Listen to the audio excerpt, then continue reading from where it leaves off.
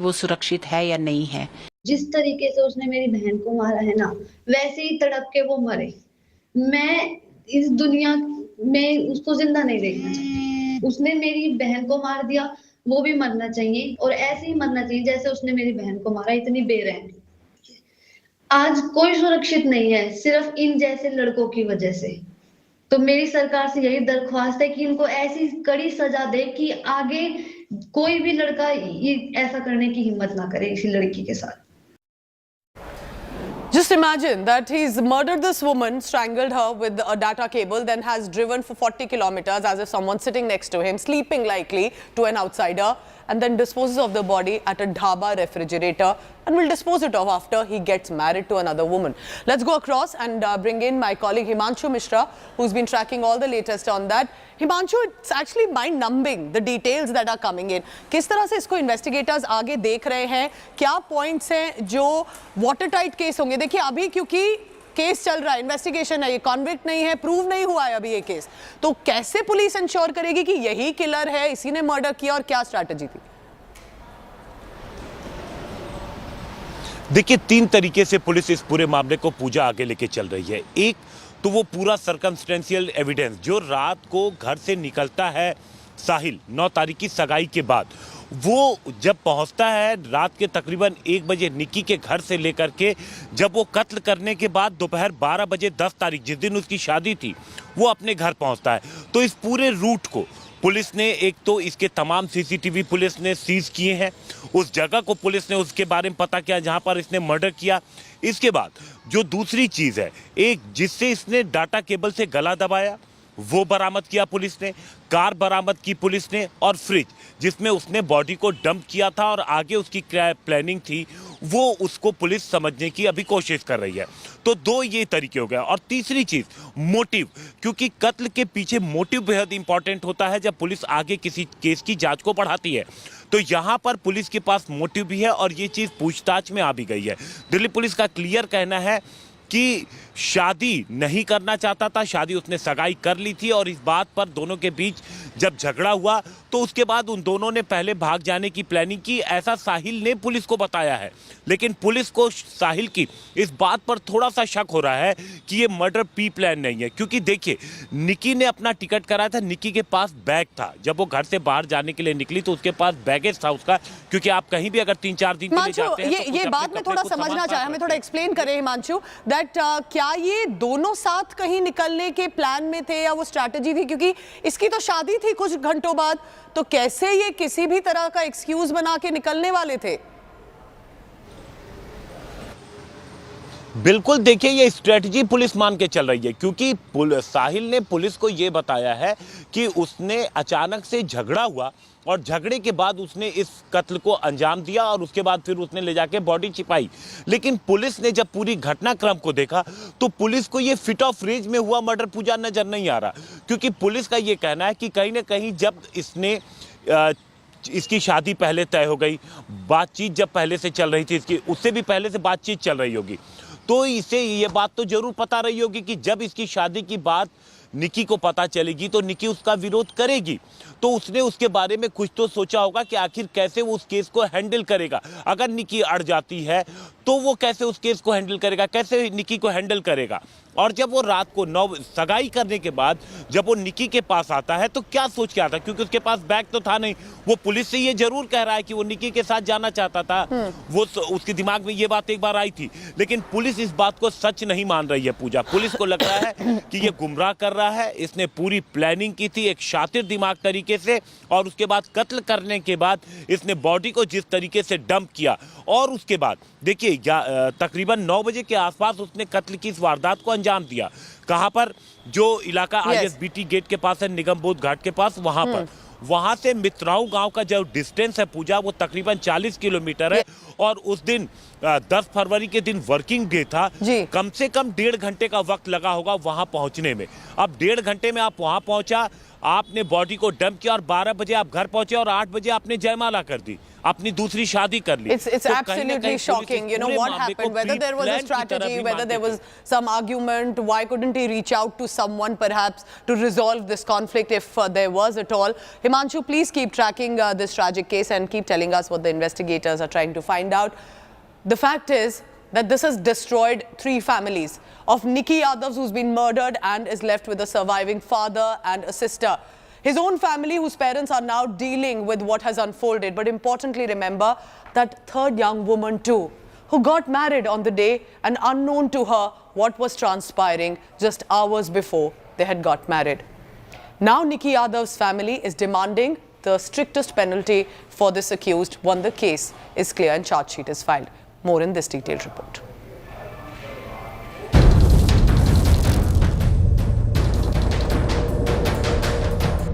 Murdered and dumped in a fridge in a dhaba by her live-in partner. 22-year-old Nikki Yadav's death has shocked the national capital. More stunning details of the killing, which had eerie similarities to Shraddha Walkar murder a few months ago, are out now. During interrogation by the Delhi police, the suspect Sahil Gehlot has allegedly given details of the horrific crime that has made headlines across the country. Sahil allegedly confessed that he strangulated Nikki with a data cable near the Kashmiri Gate bus terminal at around 9 a.m. in broad daylight on Feb 10th. He executed the chilling murder a day after his engagement. Investigating sources have revealed the timeline of the crime. Around 1 a.m., Sahil left the house in his cousin's car. He went to Uttam Nagar to Nikki's house. After staying there for 3 to 4 hours, he left the house at 5 a.m. with Nikki. Both of them went to Nizamuddin railway station to go to Goa.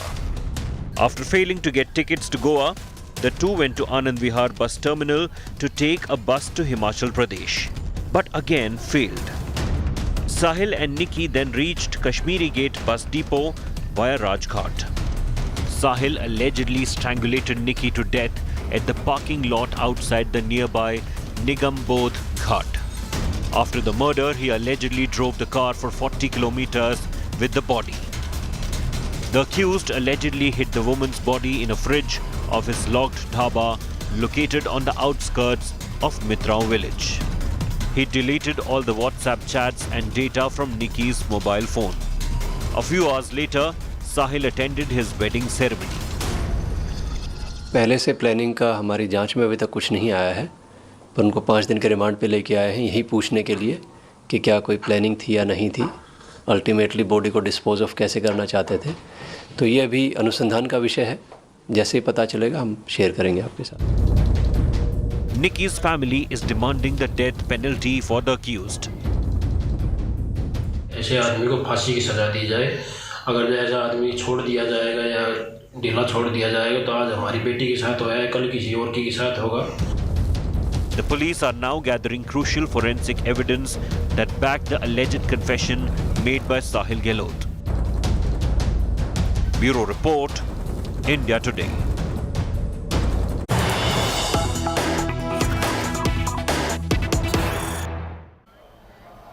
Maharashtra's Deputy Chief Minister Devendra Fadnavis is still very confident and defiant with his claim. He says, and he's still standing by his statement, that the Nationalist Congress Party, the NCP President Sharad Pawar, had supported the plan to form a government with his nephew Ajit Pawar. Fadnavis has now said that, and I quote him here, his statement was 100% true, that he's not lying. This could be biggest surprise in Maharashtra. Remember, the then governor Bhagat Singh Koshyari swore in Mr. Fadnavis as the chief minister, Ajit Pawar as deputy CM in an early morning surprising ceremony that had taken place in 2019. It was like an overnight coup, but the government lasted barely 3 days. Uddhav Thackeray then was sworn in as the chief minister. But now Fadnavis had said that 100% Sharad Pawar was involved also. Let's bring in quickly India Today's Dev Kotak in this live telecast from Mumbai. Dev, this is getting even more fascinating by the day, but why precisely he has said that he stands by Sharad Pawar? Because this clearly appears to be them trying to corner Sharad Pawar that he doesn't get away.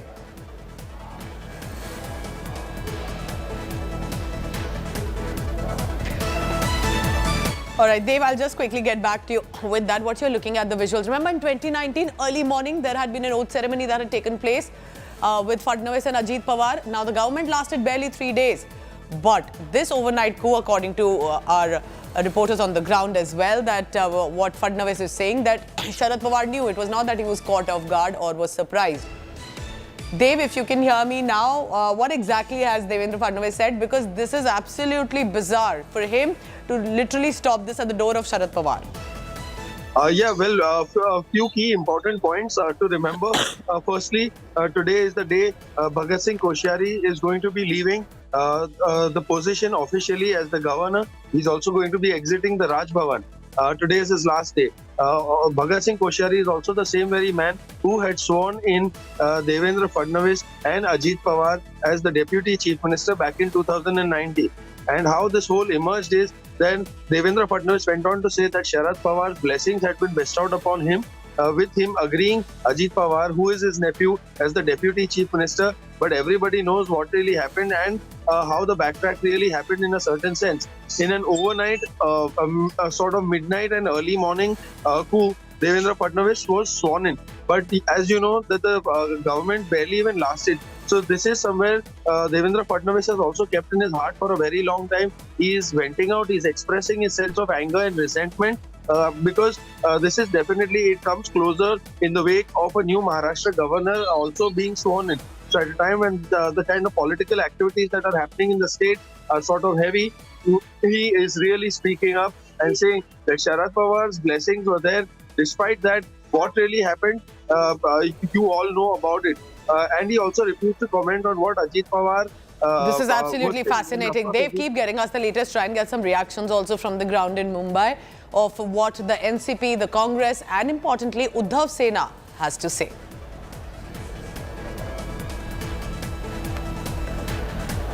Communal clashes had taken place in Jharkhand's Palamu ahead of Mahashivratri, and the claims that there was a decorative gate that was being set up, and that led to stone pelting and arson.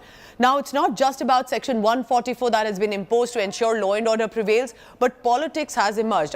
Asaduddin Owaisi has jumped in, other parties have jumped in, and basically the BJP and the JMM are at loggerheads over this. What happened? Take a look at this report.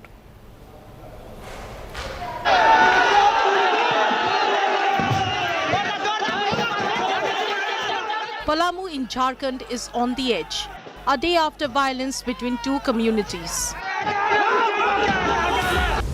6 people were injured in the violence that broke out after a group allegedly vandalized Toran Gate, a traditional decorative hanging built for the Shivratri festival.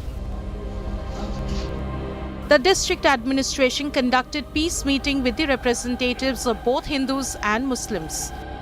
On Thursday, police took out a flag march in Panki town in Palamu district. सकारात्मक बातें हुई हैं प्रशासन के साथ और हम लोगों का पहल अच्छा रहा है और रिस्पांस भी इन लोग की तरफ से प्रॉपर रहा है. Section 144 has been imposed in the area.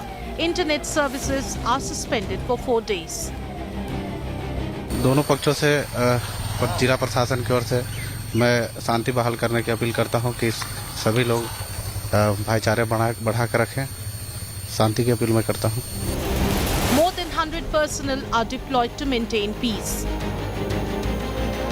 Meanwhile, politics escalates over the clashes.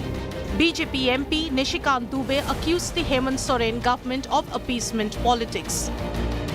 ये जो झारखंड सरकार का हिंदू विरोधी मानसिकता है वो देवघर में दिखाई दे रहा है और इसके खिलाफ जो है मैंने माननीय उच्च न्यायालय का दरवाज़ा खटखटाया है और कल माननीय उच्च न्यायालय का जो भी फैसला आएगा उम्मीद है कि कुछ आना चाहिए.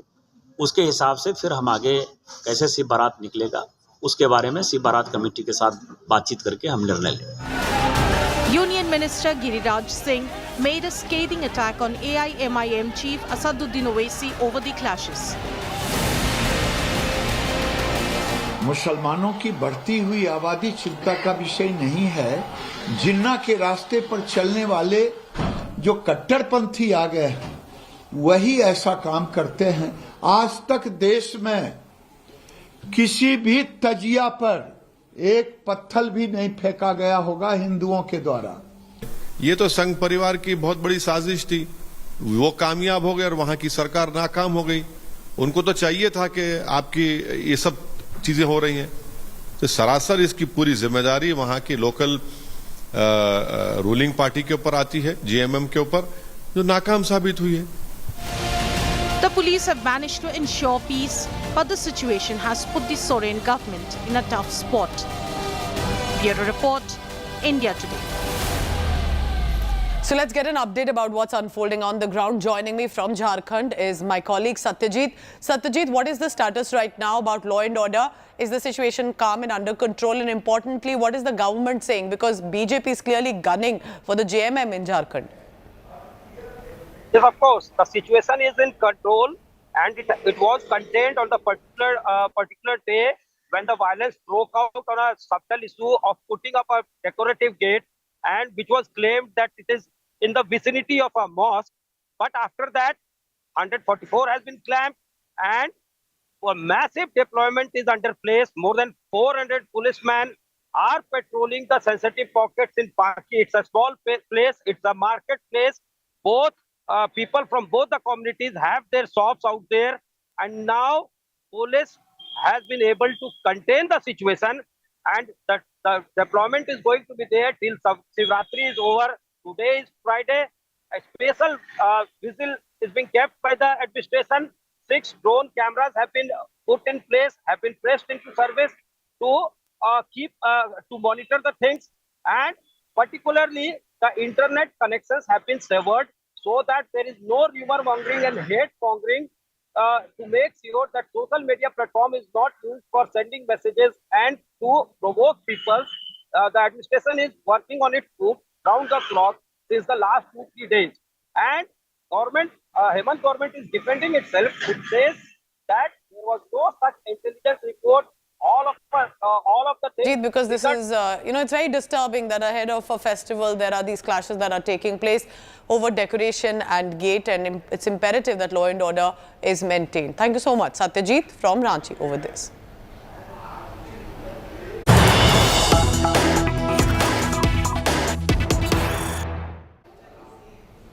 There's been an attack on an RTI activist in Karnataka. We have some news coming in. This is with regard to some pro-Kannada members of an outfit who have allegedly attacked RTI activist Uma Shankar. We are being told that this attack, allegedly by these workers, near Avenue Road in Bengaluru took place.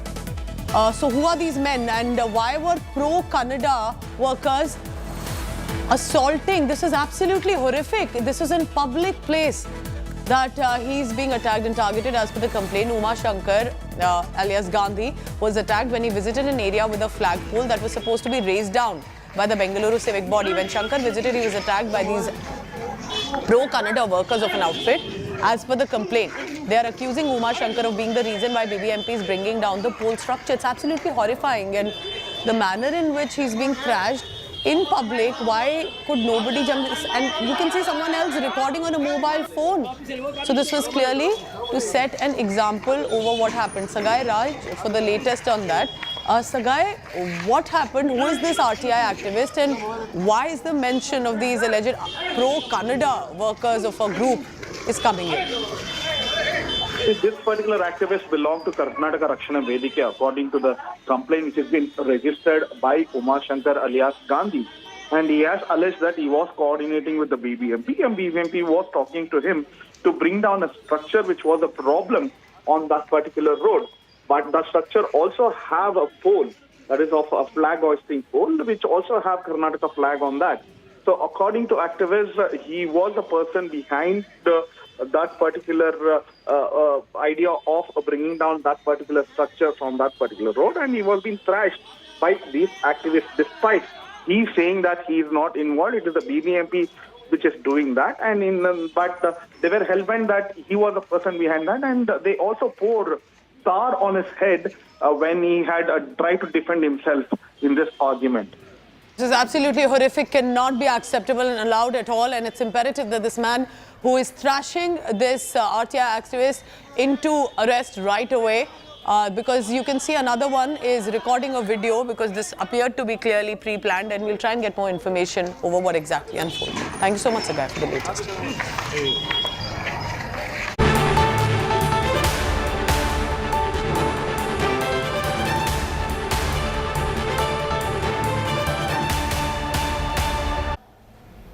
In Rajasthan, Congress is the political tug-of-war that is escalating between Sachin Pilot and Ashok Gehlot. And Pilot is upping the ante this time now ahead of assembly elections in the state of Rajasthan. So what happened?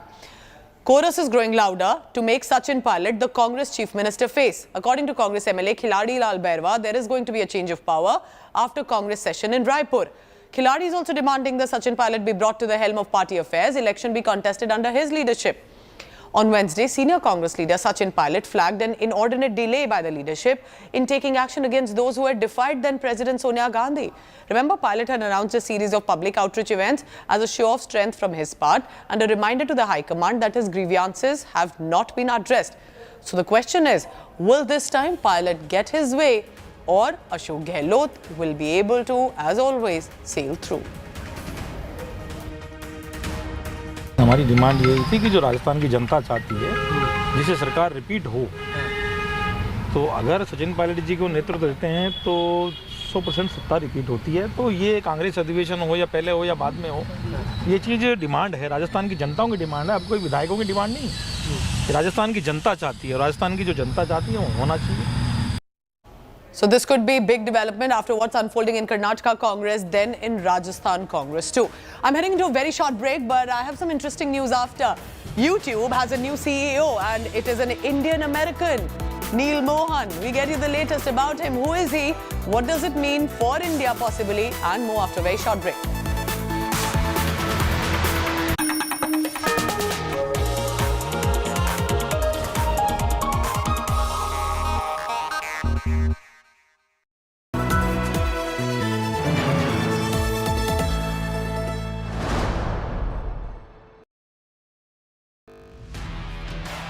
Over 3 decades, Business Today has delivered news, views and analysis like no other, chronicling India Inc.'s journey through time. Now, at 31 years, Business Today presents the future. Mission 2047, Road to India at 100. With Indian industry's biggest stalwarts and an exclusive interview with Google CEO Sundar Pichai.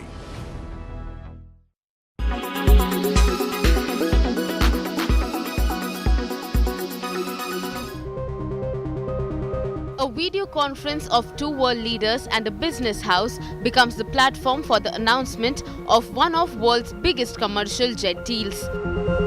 We have signed a letter of intent to acquire 250 aircrafts.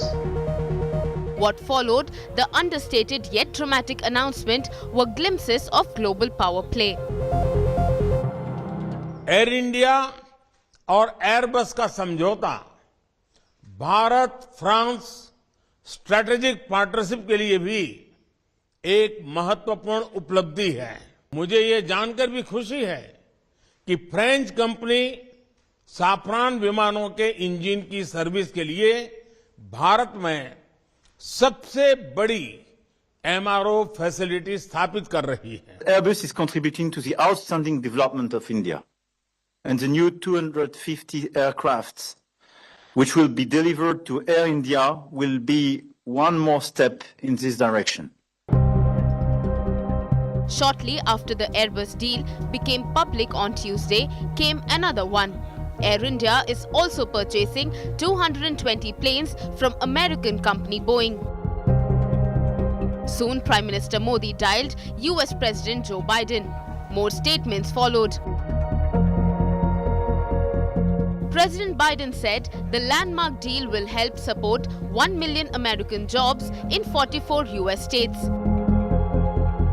President spoke with the Prime Minister of India earlier today. They discussed the historic agreement for Air India to purchase over 200 American-made aircraft from Boeing. And the two leaders reaffirmed the strength of the U.S.-India relationship and committed to continue working together and in groups like the Quad to advance economic growth for our two countries. Put together, Air India's deals with Airbus and Boeing are worth $80 billion, the biggest aviation deal ever that ticks many boxes.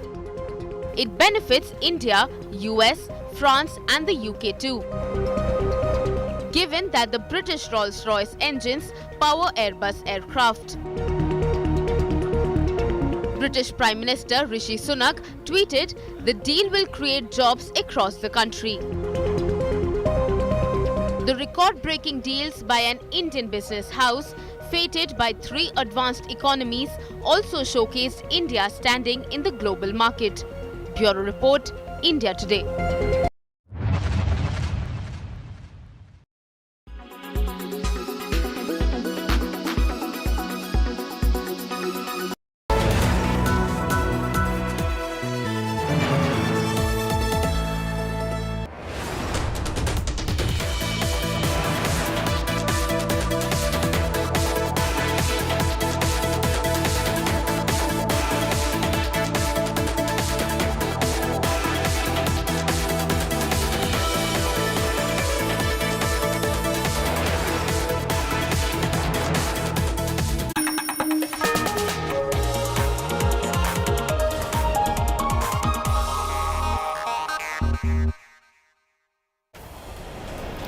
Google's video division YouTube now is set to have a new CEO, and he's of Indian-American origins, Neil Mohan. This, remember, is in series of how Indian Americans are leading the big international companies. Now YouTube chief executive and one of the first Google employees, Susan Wojcicki, is stepping down from her role in the tech giant that started in her garage 25 years ago. She's been at the helm of the world's largest online video platform as its chief executive officer for about 9 years. Mohan, just to give you a background, is a Stanford graduate, joined Google in 2008 and was working as the chief product officer at YouTube, where he has played a pivotal role in building YouTube Shorts, for example, and music. Mohan has also worked with Microsoft earlier, and this change of guard now comes as YouTube has been vying for viewing time with popular short-term form video application TikTok and streaming services like Netflix too. So a big day there. Neil Mohan, Indian American, is the new CEO of Google's video division, YouTube.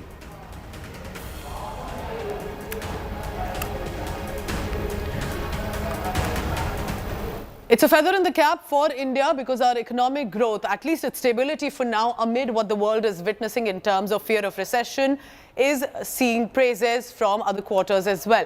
This, remember, is our praises that are coming in from Bridgewater Associates as well. Dalio on Thursday heaped praises on India's growth and progress. Speaking at the World Government Summit 2023 in Dubai, Dalio claimed that India will have the biggest and fastest growth rate and the country will witness biggest transformation. Claiming that the country that remain neutral during any global conflict and stand aside prosper, Dalio said India will also continue to do great things.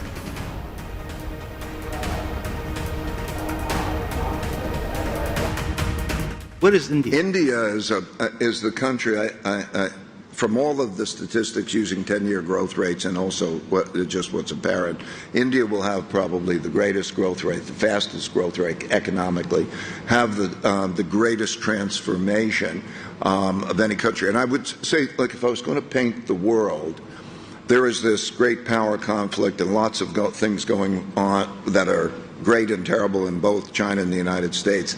And then there's the countries that are not in that, the neutral countries. So here we are in the UAE, and you think about what's going on here and in Saudi and so on, or you go to Singapore and you look at what's happening in the ASEAN countries, Indonesia, Vietnam and so on, and you look at India. It's an advantage through all history and world wars those that have not been involved in the wars and stand aside from the wars actually prosper from whatever conflicts exist. So we're going to have different types of wars between those two states, but India is going to be. India will do great, I think, and then the question is, what does that mean for the rest of us? In fact, earlier, Business Today's Udayan Mukherjee spoke to Ray Dalio, who's the Bridgewater Associates president, and this is what he had to say about the global capital markets and India's growth. Listen in. How would you compare China versus India today? I think India has a great potential. India, I use indicators, we use indicators of the next 10 years growth rate.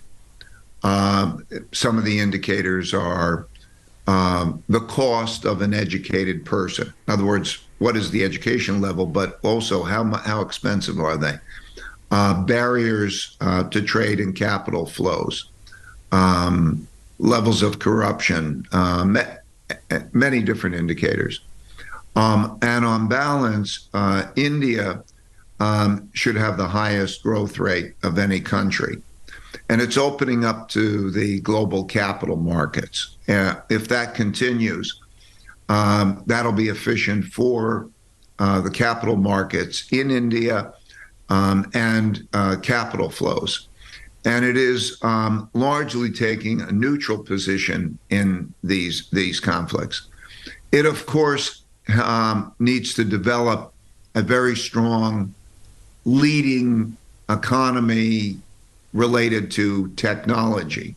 It is not the two main competitors in technology development. Big technology platforms and all of that are still, of course, the United States and China, and those are going to be cutting edge areas. But its level of indebtedness, a number of indicators indicates that it should do very well over the next 10 years, but it'll be important to have a modernization, particularly of the capital markets, to bring in the efficiencies. This is an ever-changing world, and now artificial intelligence is the new technology that is also changing with modern times. But there is this chat GPT, part of artificial intelligence, that's become talk of the town. So what you're looking at, for example, this chat GPT has found a story in the Time magazine's cover, but there's also awareness because there's uncertainty. What is it actually? What can it do? So there are benefits, there are also risks about artificial intelligence, and that's what the magazine have focused on. Important to use technology for the best and sure, not for the worst.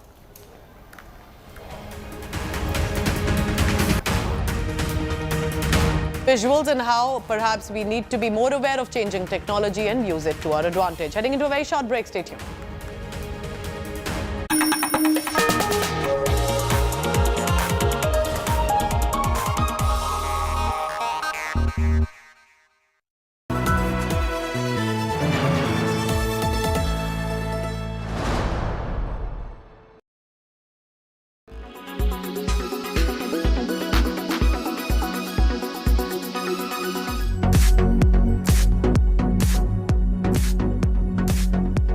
Bonnie Kapoor took to social media to announce that the biography on his late wife and actress Sridevi is in the works and will release later this year. Speaking about the same, he called his late wife a force of nature. Titled as The Life of a Legend, the book will feature the key aspects of Sridevi's life and career. It will be published by Westland Books. The actor had passed away in 2018, leaving a void in the industry. And on her 5th death anniversary, her popular film English Winglish is set to release in China. The drama marked Sridevi's comeback to films after a long hiatus of 15 years. English tuition? I can come in? You may not. But you need to ask, may I come in? English Winglish had gone on to become India's official entry to the Academy Awards in the Best Foreign Language Film category for 2013. The story of the film revolved around a housewife who decided to take up English lessons in the US after being mocked by her husband and daughter. She was born to make laddu. I, Shashi, from the India. No, Sashi, not from the India. From India. Why India, not the India? Why America, the United States of America? In her illustrious filmic career, Sridevi had acted in as many as 300 films.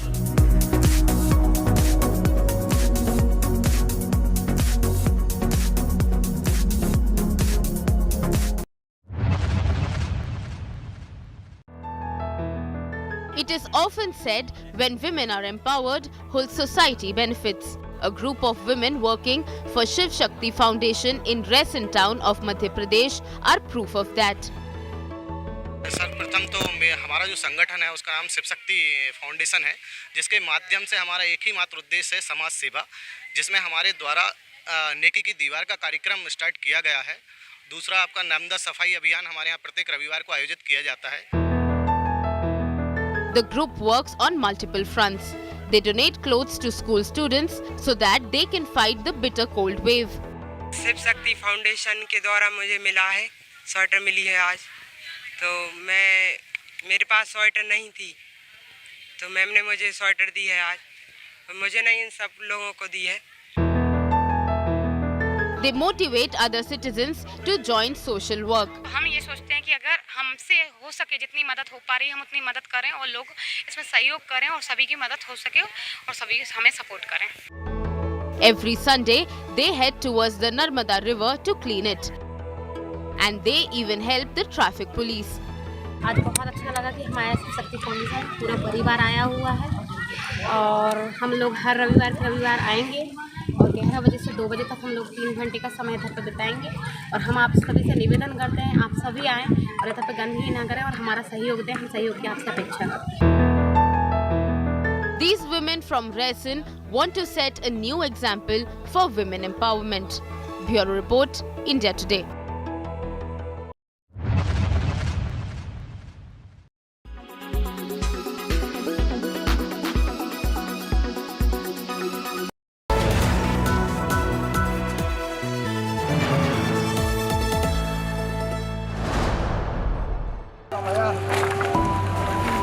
Nightmare earthquake bleeds Turkey. Heartbreaking human tragedy unfolds.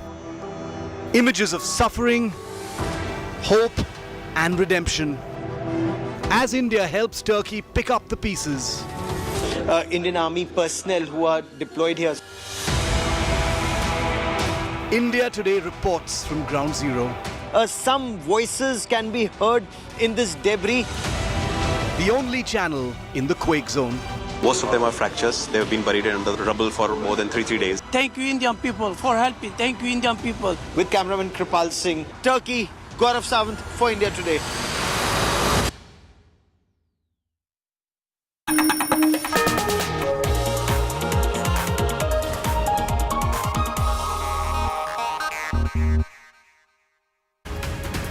Young cricketer Prithvi Shah has claimed that he was attacked by 8 people outside a 5-star hotel in Mumbai. What happened? Now, Shah is alleging that his car was attacked by baseball bats, that he was threatened and stopped for a simple request of fans asking for a selfie. Now, an accused has now been arrested by the Oshiwara police. This influencer, Sapna Gill, will be produced in the court today. Now, Sapna Gill is claiming that it was not her group that began the assault, but it was Shah and his friends that attacked the group. Remember, over a selfie, it led to a full-blown scuffle. And this happened right outside a 5-star hotel in Mumbai, where he had gone for a dinner with his friends, but there were these group of fans, so to say, who wanted and pushed for a selfie, and that led to even a scuffle right outside. सपना रुक भैया नहीं, सपना रुक भैया नहीं, सपना रुक भैया नहीं, सपना रुक भैया नहीं, सपना रुक भैया नहीं. So, of course, there are these questions now. Remember, how much should or can a fan push really for selfie specifically at a private time or a moment for any celebrity and a cricketer this time? Prithvi Shah, he appears to have objected to the selfie and then the scuffle started. Now, joining me is Sapna Gill's lawyer, and this is an influencer. She's now going to be produced in the court. She's been taken into arrest. Qasim Ali Khan is joining me. He's representing Sapna Gill. Qasim, what exactly happened? How did the brawl unfold? And give us more details about, because Shaw is saying that there was a selfie that was pushed for. He did not want to give it at that point, and that's when the scuffle happened. See, I'll tell you very openly and very since beginning what exactly happened. I got a call from Sapna yesterday morning around 6 a.m. That was the time when actually all this brawl happened. So Sapna and her friend Mr. Shobit Thakur, they had gone to Barrel Mansion, which is a pub in Andheri East, located at the airport. And they saw Shaw there, Prithvi Shah there. So they were like, let's have a selfie. He's such a big cricketer. And after all these things, so the people of Prithvi Shah started manhandling them, and which became a big brawl. And Prithvi took out his bat from the car and he started beating them. He also abused the several other people. He abused Sapna also, and they started crying. They were not expecting such kind of conduct from such a reputed cricketer, and therefore there are certain evidences which also have come on record, which is sent to me personally by Sapna today itself, just a couple of hours back, in which it is clearly seen that the car is located, that the bat is being held by the Mr. Shaw, and Sapna is trying to defend it. And during that defense, the bat actually got hit to his own car, during which there came a crack on the windshield. After which, when more people started coming across, they started their car and they ran away from there. So Sapna and her friend started following him. Okay, I understand, and investigation is currently on. She'll be produced in the court, but this raises two significant questions. Is this VVIP arrogance, so to say, at the hands of cricketer, or is this an unnecessary push and shove even by fans? Specifically when a celebrity, so to say, is at a private dinner or a moment and do not want to oblige for the selfies too.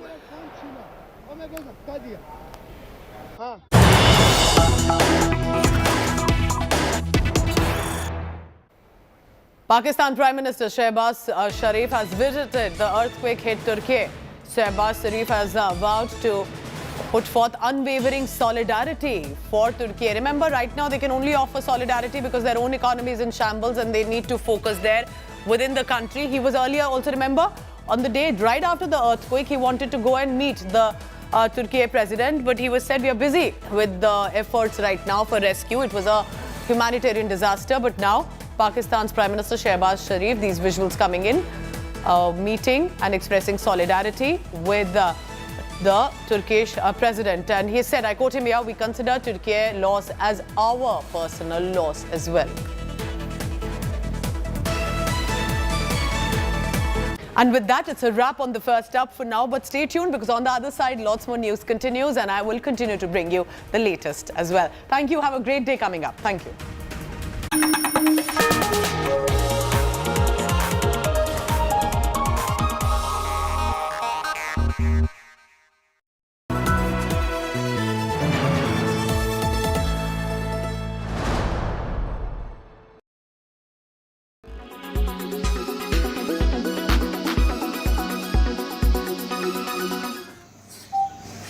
Tragedies can either break you or make you. And this story from Naxal hit Gadchiroli will inspire you in many ways. Bharati Bogami was just 17 when her father, the sarpanch of Lahiri village, was shot dead by Naxals in 2002. A brain tumor survivor, she faced several financial problems and yet continued her struggle to become a doctor. She now serves in the same area where her father was killed. मैं सोच रही थी अब तो पापा चले गए, अब ये सब होने के बाद अगर यही मेरा फ्यूचर, अगर मैं पेपर ना दूं तो आगे कैसे बढ़ूं। मेरे पापा की एक ख्वाहिश थी कि मुझे बचपन से मुझे बोलते थे नर्स, बोलते थे डॉक्टर, बोलते थे ऐसे, मुझे अच्छा लगता था। पढ़ाई पूरी होने के बाद मैंने सोच लिया या तो सब सिटी में रहकर सब लोगों को तो डॉक्टर है, लेकिन मेरे गाँव को मेरे लोगों की बहुत ज़रूरत है। मेरे दिल में ऐसे कुछ तो भी चुभन सी लग रही थी कि अपने गाँव जाके मैं सेवा दूँ, इसीलिए फिर मैं रिटर्न आ गई।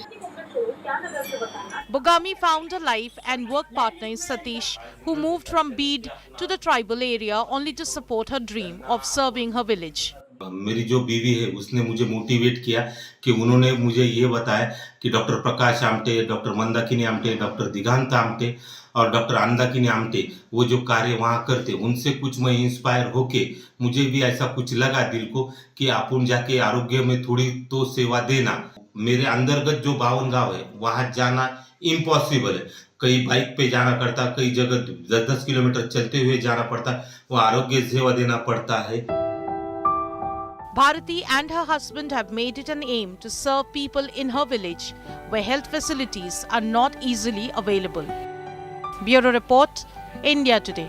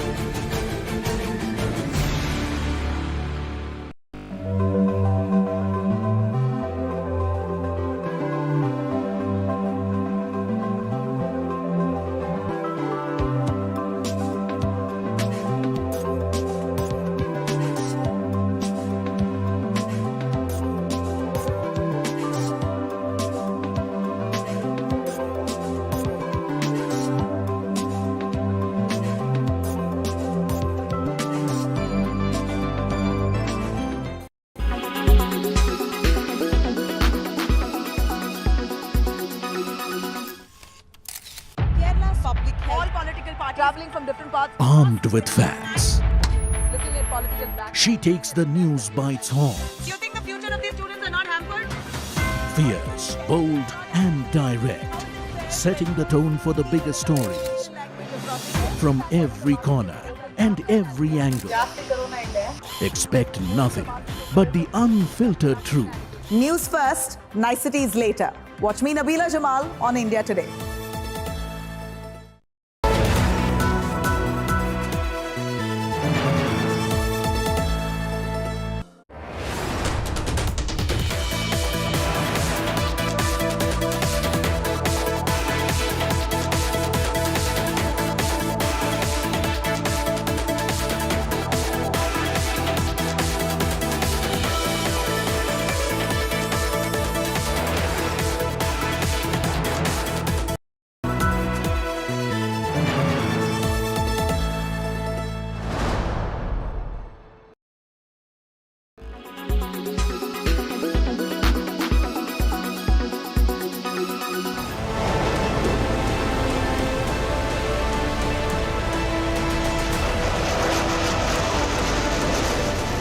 Ripping up the skies over India's aerospace capital, fighters from India and the world in a deadly aerial dance. But amidst all the sound and fury that only a jet engine can exude, there's a thundering new dawn rising for the Indian Air Force. One that seeks to take decades of legacy dependence on outside fighter deck and replace it with India's own. India today has learned that this ambitious drive is being informally called Mission 470. And the reason for that, in case you hadn't guessed, is that starting February next year, the Indian Air Force will begin receiving the first of 470 fighters designed and built right here in India. Let's take you step by step through this big plan. Things will kick off in February 2024 with the delivery of the first of 83 LCA Tejas Mark 1A fighters, a hugely improved version of the current Tejas in service. Meanwhile, the Indian Air Force will also begin to order 108 LCA Mark II jets, aircraft that are derived from the original Tejas but enormously more capable, with better performance, stronger engines and far superior capabilities. You're familiar with the LCA Tejas, but this is the Mark II and it's actually a vastly different aircraft. It's actually a bigger aircraft. This scale model tells you a little bit about how that final look is going to be. Some big differences. It's a heavier, longer aircraft. As you can see, it has these canard foreplanes here for greater maneuverability. It actually increases the agility of this fighter. If you look at the weapon systems on board the LCA Mark II, it can actually carry a much larger range and more weapons than the LCA can. Very, very importantly, if you come to the back, you can't really see it here in the model, but the engine that goes on the LCA Mark II is going to be a much more powerful engine on the existing LCA Tejas of the Indian Air Force. While this happens over a decade, India's most advanced fighter in development, the 5th generation stealthy AMCA, will come online and begin deliveries of at least 126 units to the Indian Air Force. On a parallel track, the Indian Navy will also begin receiving 100 twin-engine deck-based fighters or TED-BF for its aircraft carriers, fully purpose-built naval jets to meet the Indian Navy's future requirements. Well into the next decade, that translates into 470 Indian-designed, Indian-built fighters for the Indian Air Force and Indian Navy. With Defence Minister Rajnath Singh declaring that 3/4 of India's present and future weapon modernization budgets will be reserved for Indian industry, the future looks bright. But nothing is ever as simple as it looks. As India sets down a path towards Atmanirbhar fighters, can it remain steadfastly on track? Bureau Report, India Today.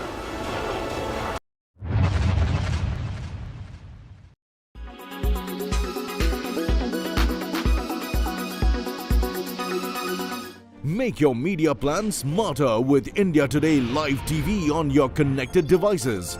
Amplify your brand with 100 million smart internet viewers. To advertise, mail us at sales@aajtak.com.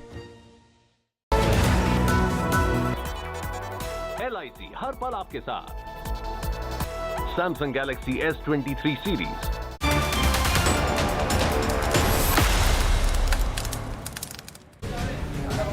Good morning and welcome. Thank you for tuning into India Today. I'm Pooja Shali. Let's quickly begin first with the headlines.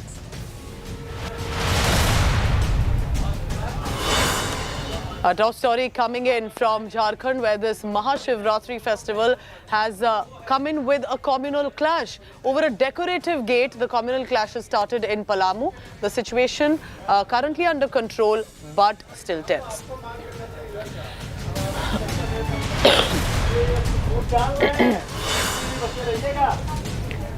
Change of guard in Rajasthan Congress as possible if Ashok Gehlot still cannot sail through, but Sachin Pilot managing to upping the ante, demanding a leadership change ahead of Rajasthan elections. The question is, who will win this time?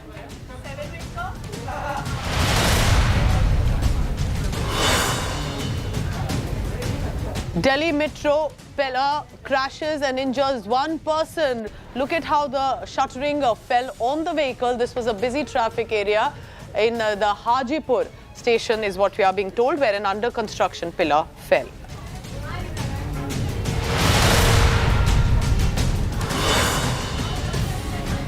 Nikki Yadav murders case has a chilling details now of how chats were deleted and then this body, a dead body literally, strapped onto the passenger seat, was driven for 40 kilometers till it was stuffed into a refrigerator in a dhaba.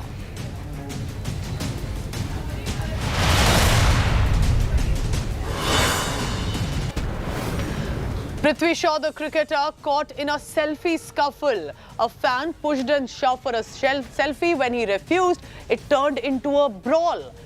The influencer model Sapna Gill has currently been taken into arrest by the police. Has a different claim that it was Shaw and his men who initiated the scuffle.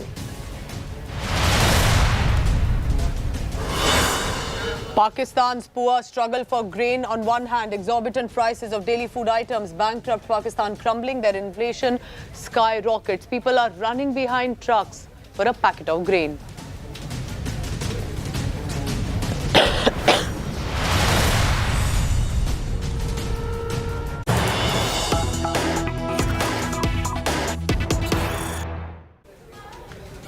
Disturbing story coming in from Rajasthan. Two men from the minority community were found charred to death in a vehicle in Rajasthan.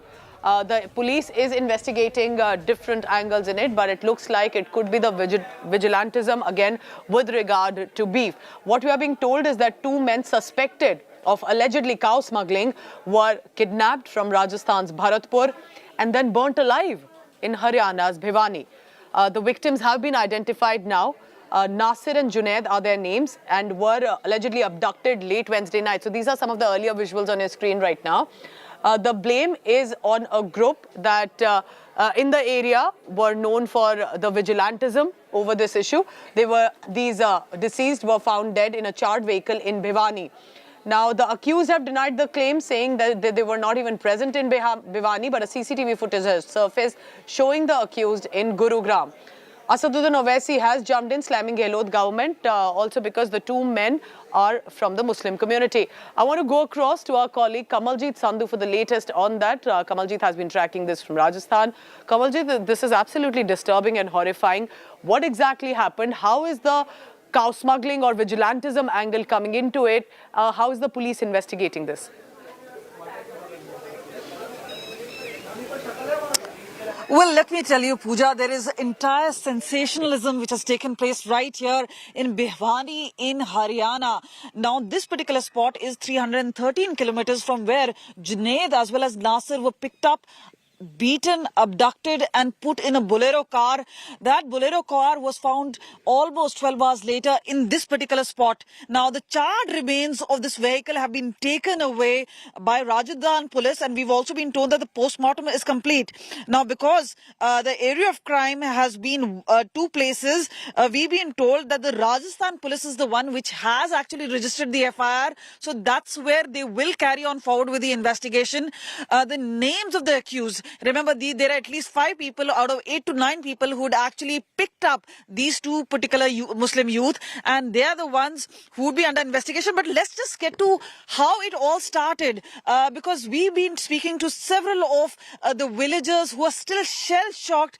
This has been a very peaceful and quiet area. We have with us Sandeep, who's also from a neighboring area.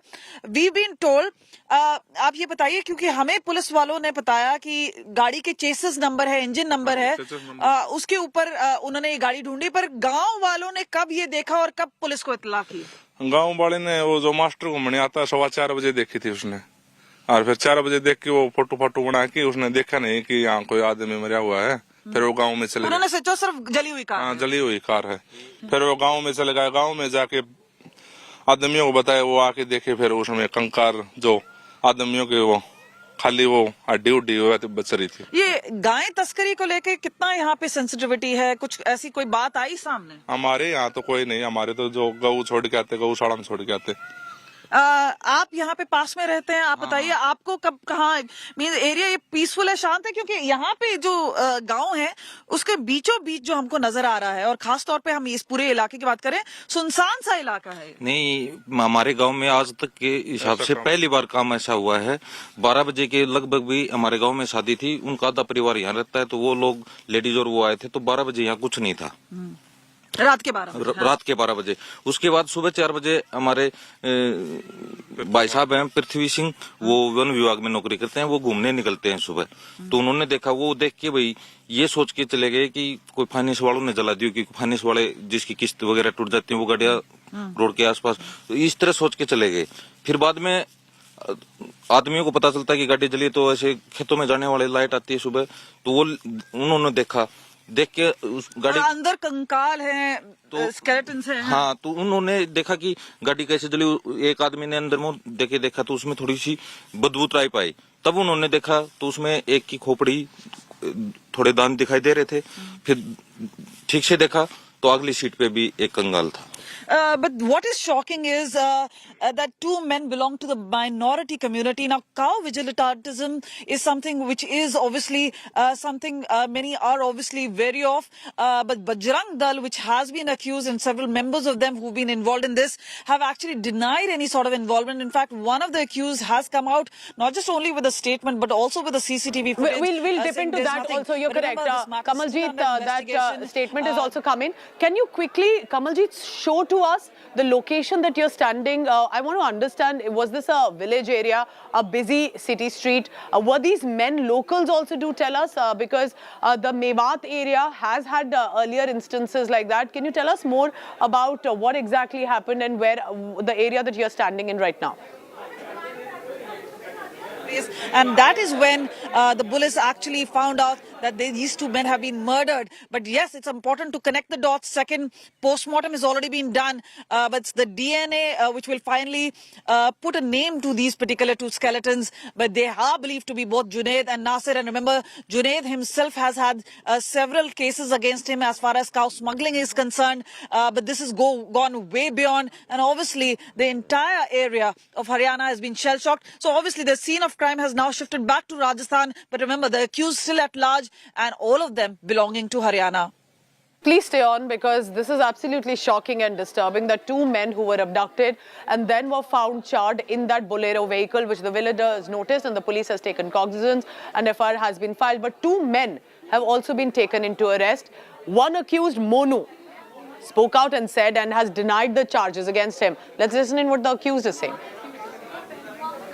जो भी आरोप थाना गोविंदगढ़ के क्षेत्र से हमारे ऊपर लगाए जा रहे हैं वो बिल्कुल निराधार है। बजरंग दल की कोई टीम वहाँ पे नहीं थी और वो घटना बहुत ही दुर्भाग्यपूर्ण है जो हमने सोशल मीडिया से पता लगा है। जो भी व्यक्ति हो उनके खिलाफ सख्त से सख्त कार्रवाई की जाए, चाहे कोई भी हो, उसमें कोई भी दोषी बख्शा ना जाए।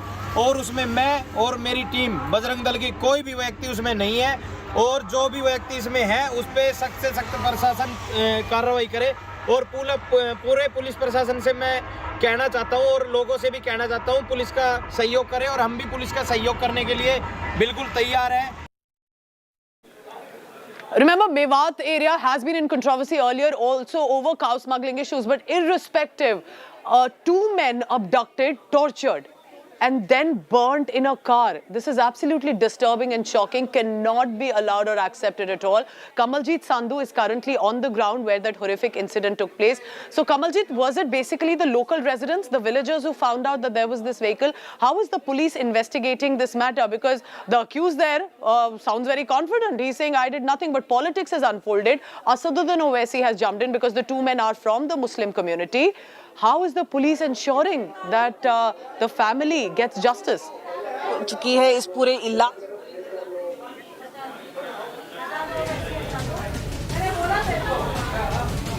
All right, we'll try and get that line back with Kamaljeet Sandhu, and this is the spot that she is showing to us right now. Let's just dip into that.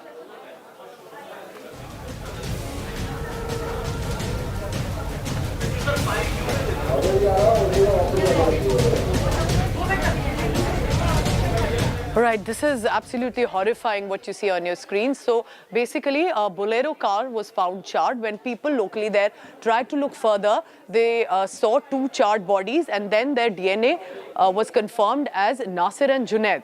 Now, the allegation is of cow smuggling, but the abduction that took place, why these two accused have been taken into arrest also. One of them is Monu Manesar, and he is denying the charges, but there are CCTV footage that has emerged. Kamaljeet, over to you. Do take us through the location. इतनी बड़ी घटना हुई है जिससे गांव में भी दहशत है कि कहां से लगे। तो अंदर कंकाल हैं, जले हुए हैं, ये सब आपको कब पता चला? ये सुबह 8 बजे है जी। 9 बजे। हाँ, 8:55 पर कॉल करिए। तो हम पुलिस से इस वक्त वर्जन लाने की कोशिश करते हैं। तो हमारे इस वक्त है अजीत सिंह, जो कि डीएसपी है यहाँ से। सर, हम घटनाक्रम पर हैं। आप ये बताइए कि राजस्थान पुलिस, हरियाणा पुलिस दोनों ही इसमें शामिल है। जांच कौन करेगा इस पूरे मामले की? इसकी जांच मैडम उनके अभियोग अंकित है गोपालगंज थाना जिला भरतपुर में, वो अनुसंधान वही करेंगे। हमारे तो सिर्फ यहाँ डेड बॉडियां मिली थी और हमने 174 कार्रवाई करके उनके हवाले कर दी। लेकिन क्योंकि ये भी बताया जाता है कि हरियाणा से अक्यूज आते हैं और यहाँ पर किस तरह से जुड़ा है, क्योंकि 300 किलोमीटर दूर है, तो यहाँ पे आके क्या मकसद है? आप अगर इन्वेस्टिगेशन की बात करें हैं, आपको लगता है कि एक दूर हटाने की कोशिश है? और आप लोगों ने जांच आगे कैसे बढ़ाई? आपको कैसे पता चला कि ये लिंक राजस्थान से आ रहा है? देखिए, अपराधी ने सोचा होगा कि इतनी दूर जाके ना पता लगेगा, लेकिन हमें सुबह सूचना मिली थी गांव से, किसी आदमी ने हमारे को टेलीफोन किया था। हम मौका पे आए, हमने तुरंत एसपी साहब को इसके बारे में अवगत करवाया और एसपी साहब ने अपनी टीम में सीआईए इंचार्ज हमारे योगेश हुड्डा जी हैं, साइबर क्राइम के इंचार्ज रमेश हैं और हमारे डॉक्टर विनीत इंदौरा एफएसएल के सीन ऑफ क्राइम टीम के इंचार्ज हैं, और सभी टीमों को यहाँ भेजा। हमने बारीकी से सर्च करवाई, जंगल की भी सर्च करवाई, गाड़ी को भी देखा, मोटर मैकेनिक भी हमने बुलाया। हमारे को उसमें एक चेसिस नंबर मिला गाड़ी का, और चेसिस नंबर से हम आगे बढ़ पाए उसमें।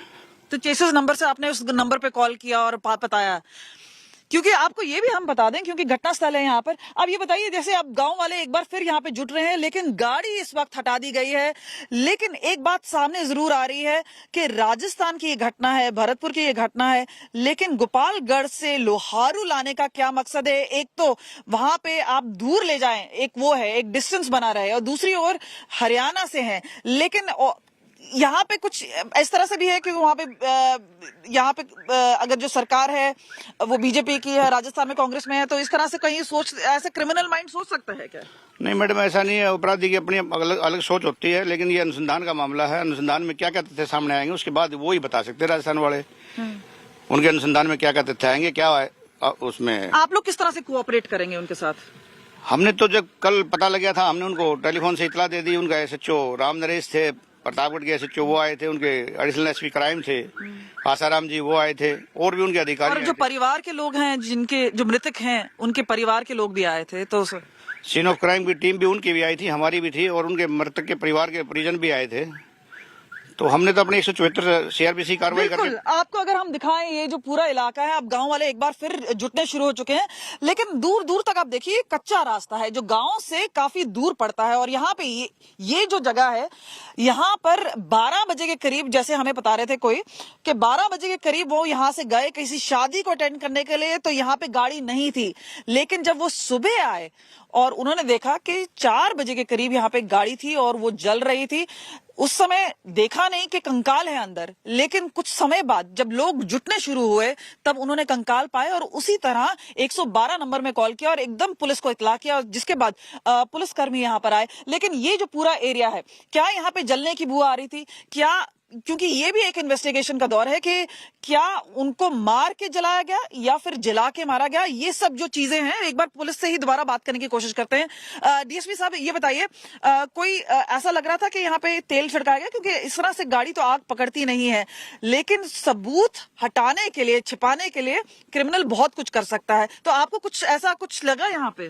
देखिए madam, scene of crime team ने यहाँ के सैंपल लिए हैं, मिट्टी के सैंपल भी लिए हैं, राख के भी लिए हैं, और बॉडी के हड्डियां भी ली हैं। उसके पोस्टमार्टम करवाने DNA के बाद वो जांच का विषय है। उस जांच में क्या आएगा वो फैसल से जांच होगी उसकी। तो जांच यहाँ पे की जाएगी, लेकिन यहाँ पे आप देख सकते हैं कि किस तरह से लोग जो हैं वो अचंभे में है। और जाहिर सी बात है, जब तक इसकी पूरी जांच नहीं हो जाती, भिवानी का कहना है कि हम लोग यहाँ के जो लोग हैं वो शांतिपूर्ण हैं, यहाँ पे गाय तस्करी नहीं होती है, लेकिन इससे अगर मामला जुड़ा हुआ है उसकी जांच होनी चाहिए। और जिस तरह से बजरंग दल का नाम आ रहा है और वहां से भी एक बयान आ रहे हैं कि हमारा कोई लेना देना नहीं है इस मामले से, और दूसरी ओर अब जो जांच का विषय है वो होगा, क्योंकि कोई भी इसमें जो अक्यूज है गिरफ्तार इस वक्त नहीं हुआ है। That is Kamaljeet Sandhu reporting from Bhiwani. So connecting Mewat, Bhiwani, Haryana, Rajasthan. These are some CCTV footage and visuals coming on our screen. And before we move on, just a few facts for our viewers to understand. Mewat has had issues with cow smuggling. There have been conflicts with the police as well. Police has been unable to resolve some of these issues. But no right is given to any self-styled goon to use that as an excuse to abduct and in this case kill. And remember, there's no confirmation yet if these men were indulging in any sort of cow smuggling. That is what the investigation will deal. But 2 men dead. And right now 2 accused have been taken into arrest as well. What is the victim's family saying? Listen in now. में किसी police वाले ने खबर दी कि भाई ऐसे ऐसे 2 व्यक्ति वहाँ पे मरे हुए हैं। पता चला कि वो हमारे दोनों भाई हैं, एक का नाम नासिर था, एक का नाम जुनैद था। और मरे ही नहीं जनाब, इनको गाड़ी के अंदर बंद करके मार दिया गया, जिंदों में आग लगा दी गई।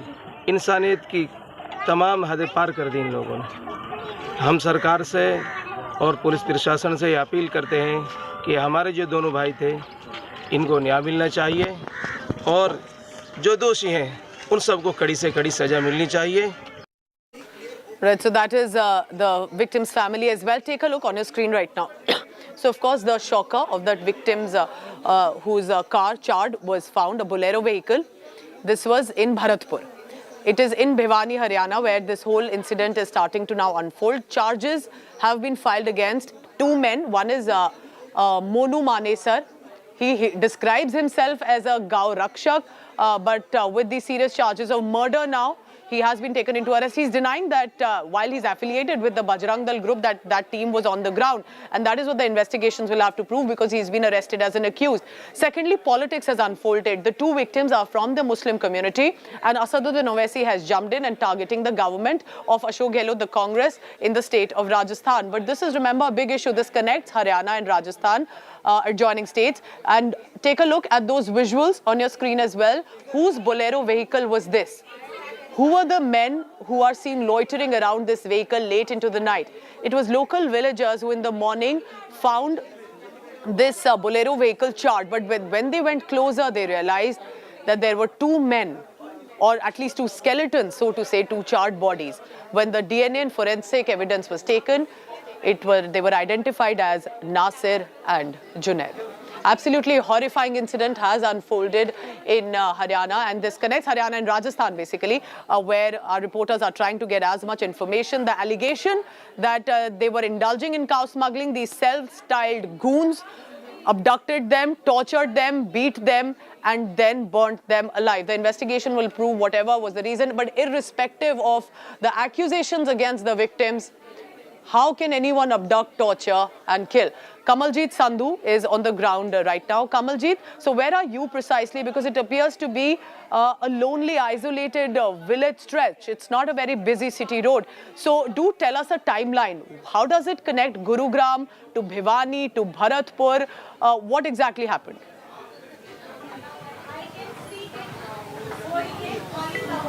Well, this entire area has been shell-shocked. We have a couple of villagers who've been actually standing, but they've been saying that the abduction took place on Wednesday. Now, remember, this particular area of Barwas is very far away as far as Gopalgarh is concerned, where these two Muslim men were picked up, beaten and abducted. This is only through chase's number. That is when the experts were called in, the police was called in, and that's when they could actually correlate. They called up the family members. They said that we've already registered an FIR. These two men are ours and they've been missing. And that is when this entire thing really unfolded. Haryana police got in touch with the Rajasthan police. Now, what is really simmering here is the tension, because remember, this is where the spot is. Now, the vehicle has been taken away. The skeletons have been taken away. The DNA and as far as forensics are the ones which will actually decide. But Haryana police is here with us. We'll speak to the DSP, Jagat Singh ji. आप ये हमारे viewers को बताइए कि आप लोगों को कब इतला मिली और किस तरह से जांच चलेगी, क्योंकि यहाँ पे तो दो एरिया ऑफ क्राइम है, जहाँ पे एक तो अबडक्शन हुआ और दूसरी जहाँ घटना स्थल है, तो किस तरह से आप लोग कोऑर्डिनेट करके और जांच कौन करेगा? देखिए, सुबह 8 बजे के आसपास गांव के किसी आदमी ने हमारे को टेलीफोन किया था, लोहारू एसएचओ को। उसके बाद हम यहाँ मौके पे आए थे और मौका पे आके हमने देखा तो उसमें 2 नरकंकाल थे जो लगभग जड़े हुए थे। उसके तुरंत बाद हमने एसपी साहब को इसकी सूचना दी कि एसपी साहब ने तब वो टीम में वहाँ से सीआईए की, सीन ऑफ क्राइम की और साइबर की और टीमें वहाँ से भेजी। मोटर मैकेनिक को वहाँ से भेजा भिवाड़ी से, और हमने गाड़ी का एक इंजन नंबर तो मैकेनिक के बाद खुला। पहले हमने चेसी नंबर मिल गया था। चेसी नंबर से हमने कंपनी को टेलीफोन किया। यह एक महिंद्रा की एजेंसी है भिवानी में, वहाँ एक हमारा आदमी भेजा गया तो उसमें मालिक का नाम आ गया। वो गाड़ी का मालिक का कुछ नंबर, एक टेलीफोन नंबर मिला, उससे नंबर से बात की गई तो उसने आगे बात बताई कि हमारा ऐसे ऐसे हुआ है, और हमने वहाँ कंप्लेंट, फिर हमने वहाँ प्रतापगढ़ एसएचओ, गोपालगढ़ एसएचओ से बात की। उन्होंने प्रकरण बताया। एसपी साहब ने एसपी से बात की। इतना दूर कोई क्यों आएगा, आप बताइए, क्योंकि क्या कनेक्शन है जहां हम बात करते हैं गुड़गांव का, गोपालगढ़ का और फिर वारवास जो कि भिवानी में पड़ता है, ये कहां से कनेक्शन निकल रहा है? और आपको लगता है कि वहां से लाने की, क्योंकि ये भी बोला जा रहा है कि चाहे बजरंग दल का कनेक्शन हो, चाहे हम बात करें हरियाणा के निवासी बताए जाते हैं जितने ये अक्यूज्ड हैं। देखिए मैडम, ये तो अनुसंधान का विषय है। अनुसंधान में आगे क्या आएगा वो तो राजस्थान वाले ही बताएंगे। जांच भी वही करेंगे, वही जांच करेंगे। जो अभियोग उन्हीं के अंकित है, किडनैपिंग का है, अब उसमें 302 भी ऐड हो गई है, वो जांच करेंगे, उन्हीं का वो ही बता पाएंगे। But forensics and DNA will decide, but here are the people, we'll just speak to him. आप लोग ये बताइए, आप लोगों ने कब देखा यहाँ पर? सुबह देखा था 4 बजे इसको, तब ये जल चुकी थी पूरी। लेकिन किसी ने ये अनुमान नहीं लगाया था कि उस टाइम में, क्योंकि अंधेरा भी था 4 बजे, कि इसमें कंकाल है। 8 बजे 8:30 बजे के लगभग पता चला कि इसमें डेड बॉडीज है। कंगाल देख के पता चला, फिर पुलिस को बुलाया गया। एरिया ये शांतिपूर्ण है? बिल्कुल शांतिपूर्ण है। मतलब इतनी दूर इतना लंबा चल के यहाँ ये क्राइम हुआ है, जो चीज यहाँ बनी है, इससे क्या कनेक्शन है हमारा? ये यहाँ क्यों हुआ? इतना लंबा चल के यही जगह उन्होंने क्यों चुनी? इतना लंबा जहाँ से चल के आए हैं। So as you can see that while the charred car and the bodies were found there in Bhiwani, there are a lot of questions also rising. How were they abducted from Gurugram, then via Bharatpur and Bhiwani? There are just too many areas that are connected.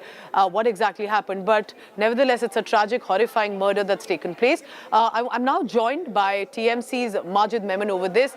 It's absolutely horrifying, even if the charges of cattle smuggling or suspicion of it does not in any way justify any abduction or murder. But do you think this is more about how law and order is about the state? What do you think is this about?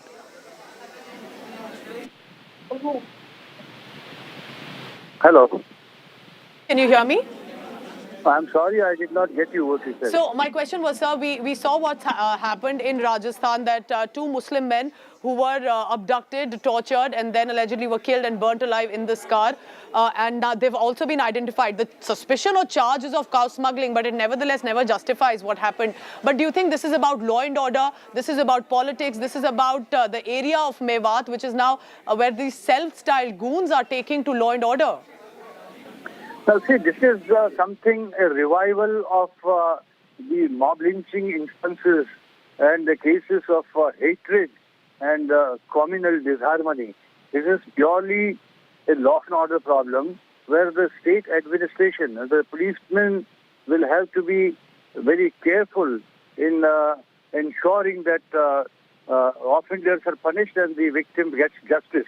It is very sad that people are being victimized on the basis of religion, on the suspicion of some insult to cow, whereas in fact the hatred is spreading, and I think the national central government as also the state government will have to be a little bit cautious that this fire does not spread elsewhere. This is an isolated incident, of course, and I think this needs to be dealt with. Gehlot government should do immediately right away to ensure that that investigations are done right away and there is a conclusion and justice is also served. Hopefully the investigation will move in the right direction and the culprits would not be shown any leniency, mercy or any kind of latitude. Mr. Memon, what do you think about the politics of it? Asaduddin Owaisi has jumped in because the two men from the Muslim community, he's targeting the Ashok Gehlot government. So there are different layers also that's emerging, and with politicians jumping in, of course it's taking to the layer of attacking each other parties. No, these matters need not be politicized, but then of course it's a very major community problem.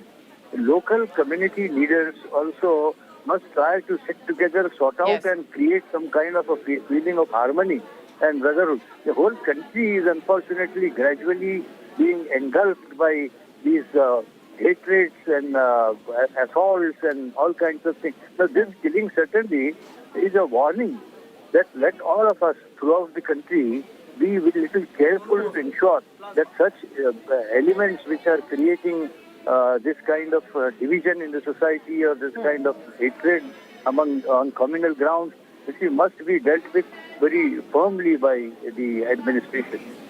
Majid Memon, thank you so much from the Trinamool Congress speaking to us and correctly saying that it has to be about local leaders also who need to get in and ensure that these matters do not in fact escalate and these deaths do not happen irrespective of the reason. Now remember, just to give you a background, Mewat region has had issues with cow smuggling and for the longest time the police and the criminals have been at loggerheads. The government and the police have not been able to resolve this. But as a result of that, suspicion on anyone is leading to murders now, and this time let me now bring you this murder has happened. Who is behind it? What are the investigators saying? What exactly has been a part of this? This is the individual Monu Manesar who's currently been arrested by the police as an accused. He is from the Hindu right-wing outfit, the Bajrang Dal. He joined, according to our information, in 2011. Ever since he's been a part of the Bajrang Dal, he's been a face of a cow protection task force, so to say. This is a self-styled group, a self-styled task force. It has nothing to do with how officially it has been mentioned. Monu Manesar describes himself as a Gaurakshak, which means protector of the cows, and that primarily go ahead and take action as they deem fit against any sort of cow smuggling or torture against cow, which is considered a holy animal among members of the Hindu community. Bajrang Dal district coordinator is his designation that he has been given, and he is one of the 2 accused that has been taken. Now, he is denying charges. He is very confidently and defiantly saying, I wasn't there, our team wasn't there, whoever has done it should be caught. He's been arrested for now, but here's what he said just before that. जो भी आरोप थाना गोविंदगढ़ के क्षेत्र से हमारे ऊपर लगाए जा रहे हैं वो बिल्कुल निराधार है। बजरंग दल की कोई टीम वहाँ पे नहीं थी और वो घटना बहुत ही दुर्भाग्यपूर्ण है जो हमने सोशल मीडिया से पता लगा है। जो भी व्यक्ति हो उनके खिलाफ सख्त से सख्त कार्रवाई की जाए, चाहे कोई भी हो, उसमें कोई भी दोषी बख्शा ना जाए। और उसमें मैं और मेरी टीम बजरंग दल की कोई भी व्यक्ति उसमें नहीं है और जो भी व्यक्ति इसमें है उस पर सख्त से सख्त प्रशासन कार्रवाई करे। और पूरे पुलिस प्रशासन से मैं कहना चाहता हूं और लोगों से भी कहना चाहता हूं पुलिस का सहयोग करें और हम भी पुलिस का सहयोग करने के लिए बिल्कुल तैयार हैं। It's a big developing story in India today. We'll continue to get you the updates on that as well. I'm heading into a very short break. Don't go anywhere. Stay tuned.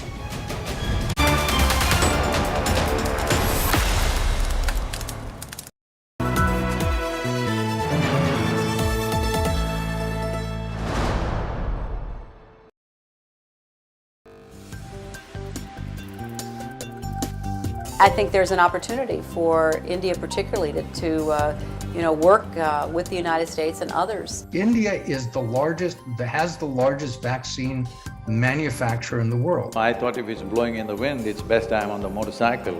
And I did 15,000 kilometers in 36 days. Rich countries have a particular obligation to exercise their investment in innovation. I believe that global business has the money and the power. Improvements in the way we understand the importance of education and healthcare. You have a greater chance of killing yourself than of being killed by any soldier or terrorist or criminal.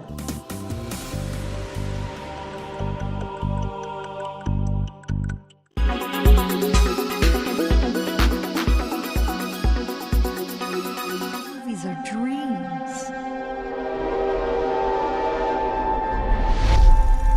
that you never forget.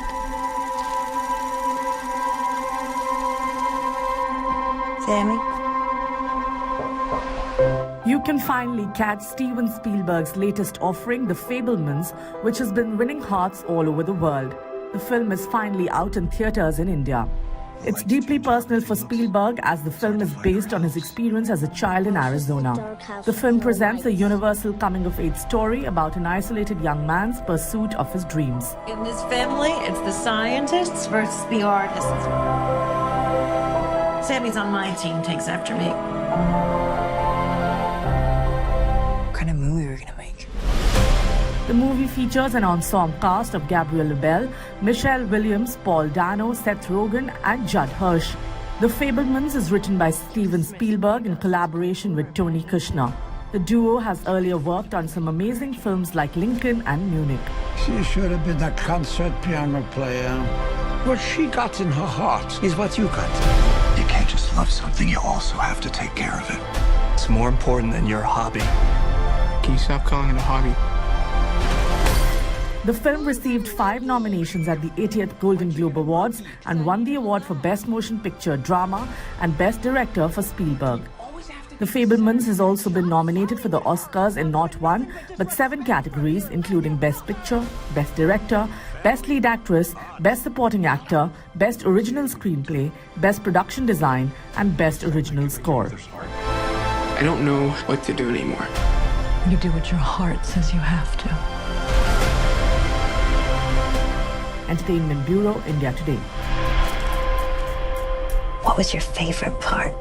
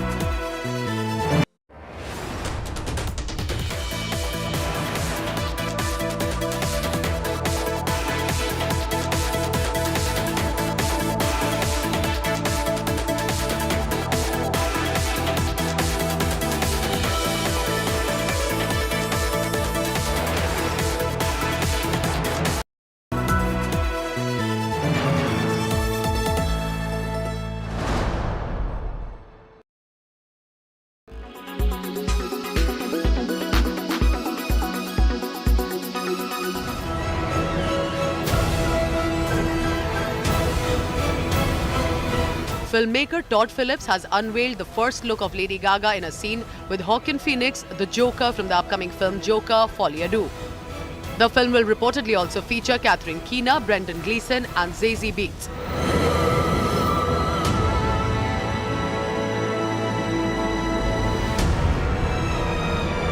It's so awful, isn't it? The Joker sequel is scheduled to release in theatres on 4th October 2024. For my whole life, I didn't know if I even really existed. But I do.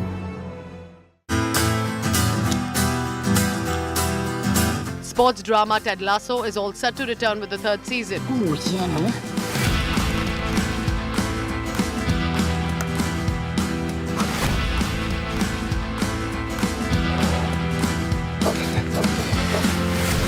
The makers have now released a teaser.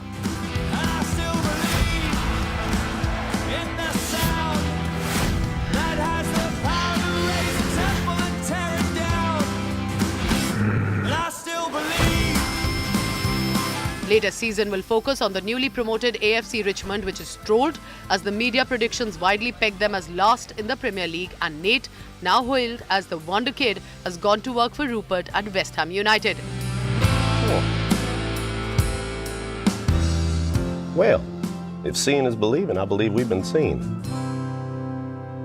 The series stars Jemmy Swift, Phil Dunster, Tohib Jimo, Christo Fernandez, Kola Bokini, Billy Harris and James Lance. Ted Lasso Season 3 will premiere on 15th March. Entertainment Bureau, India Today.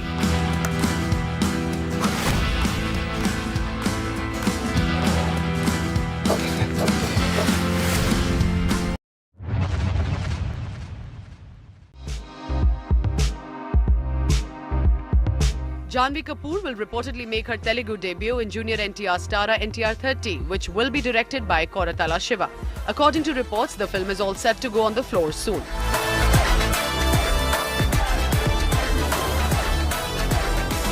Janhvi Kapoor will be next seen in Bawal opposite Varun Dhawan, which is touted to be an intense action drama.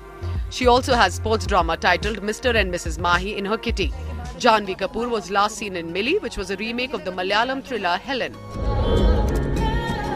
Welcome to Doom's Kitchen. Can I take your order, please? Whereas Junior NTR's previous release RRR has emerged as a pan-India blockbuster. The film has grabbed many awards, including the Golden Globes, Critics' Choice, and has also been nominated for the Oscars in Best Original Song category. Besides NTR 30, he also has NTR 31 in his kitty.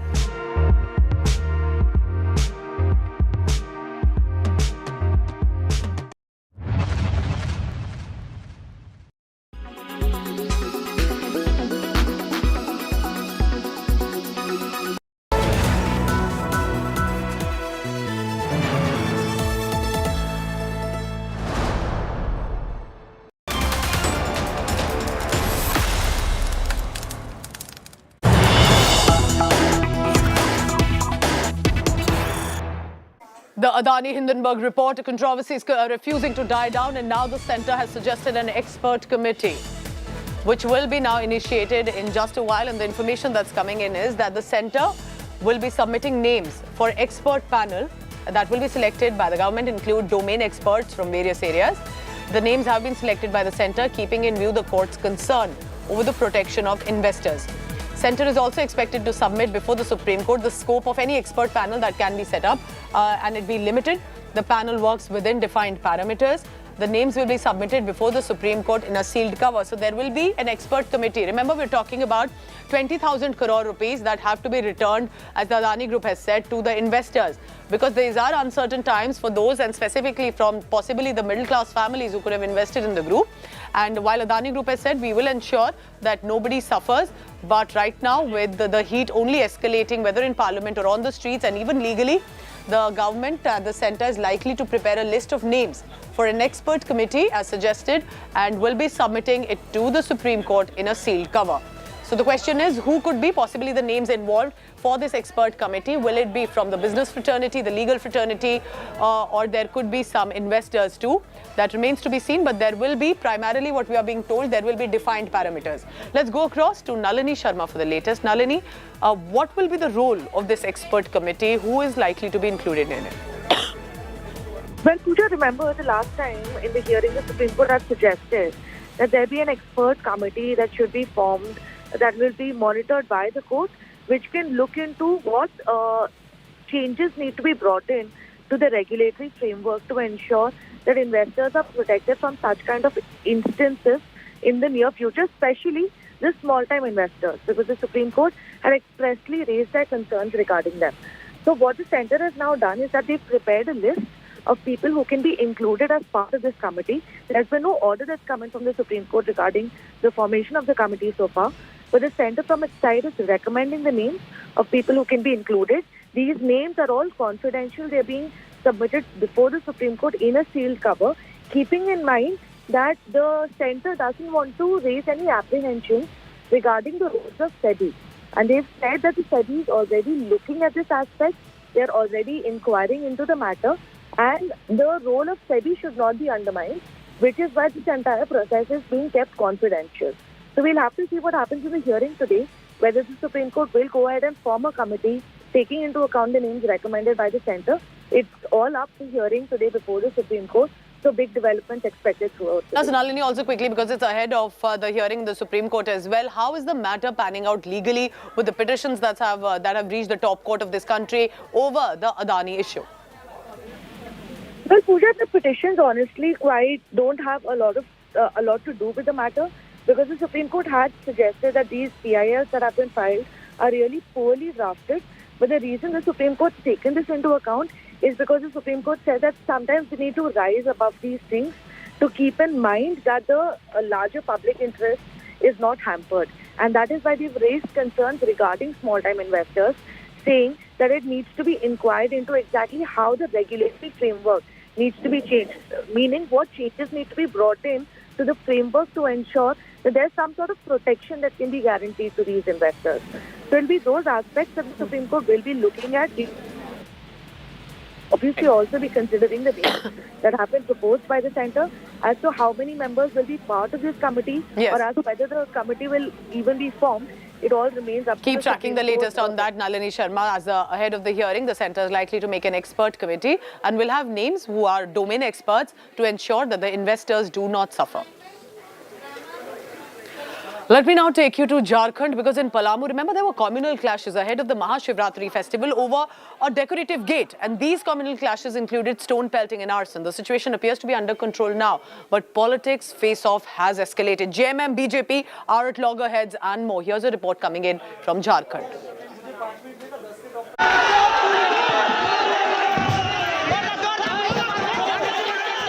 Palamu in Jharkhand is on the edge, a day after violence between two communities. 6 people were injured in the violence that broke out after a group allegedly vandalized Toran Gate, a traditional decorative hanging built for the Shivratri festival. The district administration conducted peace meeting with the representatives of both Hindus and Muslims. On Thursday, police took out a flag march in Panki town in Palamu district. सकारात्मक बातें हुई हैं प्रशासन के साथ, और हम लोगों का पहल अच्छा रहा है और रिस्पांस भी इन लोग की तरफ से प्रॉपर रहा। Section 144 has been imposed in the area. Internet services are suspended for 4 days. दोनों पक्षों से जिला प्रशासन की ओर से मैं शांति बहाल करने की अपील करता हूं कि सभी लोग भाईचारे बढ़ा कर रखें। शांति की अपील मैं करता हूं। More than 100 personnel are deployed to maintain peace. Meanwhile, politics escalates over the clashes. BJP MP Nishikant Dubey accused the Hemant Soren government of appeasement politics. ये जो झारखंड सरकार का हिंदू विरोधी मानसिकता है वो देवघर में दिखाई दे रहा है, और इसके खिलाफ जो है मैंने माननीय उच्च न्यायालय का दरवाजा खटखटाया है और कल माननीय उच्च न्यायालय का जो भी फैसला आएगा, उम्मीद है कि कुछ आना चाहिए, उसके हिसाब से फिर हम आगे कैसे सिर्फ बारात निकलेगा उसके बारे में सिर्फ बारात कमेटी के साथ बातचीत करके हम निर्णय लेंगे। Union Minister Giriraj Singh made a scathing attack on AIMIM chief Asaduddin Owaisi over the clashes. मुसलमानों की बढ़ती हुई आबादी चिंता का विषय नहीं है। जिन्ना के रास्ते पर चलने वाले जो कट्टरपंथी आ गए हैं वही ऐसा काम करते हैं। आज तक देश में किसी भी तजिया पर एक पत्थर भी नहीं फेंका गया होगा हिंदुओं के द्वारा। ये तो संघ परिवार की बहुत बड़ी साजिश थी, वो कामयाब हो गए और वहां की सरकार नाकाम हो गई। उनको तो चाहिए था कि आपकी ये सब चीजें हो रही हैं, तो सरासर इसकी पूरी जिम्मेदारी वहां की लोकल रूलिंग पार्टी के ऊपर आती है, जेएमएम के ऊपर, जो नाकाम साबित हुई है। The police have managed to ensure peace, but the situation has put the Soren government in a tough spot. Bureau Report, India Today. Let's get a live update now coming in from Jharkhand. Satyajit, my colleague, has been tracking the latest. Satyajit, it's very disturbing, isn't it? This was supposed to be a festival, a time of enjoyment for everyone. But it has turned into this arson and stone pelting. What is the status now? Politics has erupted. Why has that happened? What is the BJP and JMM? Why are they able to not sit down and ensure that it's just a peaceful yatra that takes place? Look, this is quite personal. Politics was bound to roll out because since Hemant Soren government took over, BJP is not missing any chance to place the government in dock, and they got an opportunity because there was an outbreak of violence in Palamu in the Pasi pocket, on a small issue of putting up a decorative grate. One member of one community was insisting to not put up the vicinity of a mosque. There was. All right, so that is what is unfolding in Jharkhand. Situation appears to be under control, but it's the big politics now that's resurfacing about what exactly happened. BJP blaming JMM, JMM hitting back at the Bharatiya Janata Party that they are deliberately provoking violence. I'm heading to a very short commercial break, but when I return, I have some interesting news to bring to you. YouTube has a new CEO and he's of Indian-American origins. We want to get you the latest on that.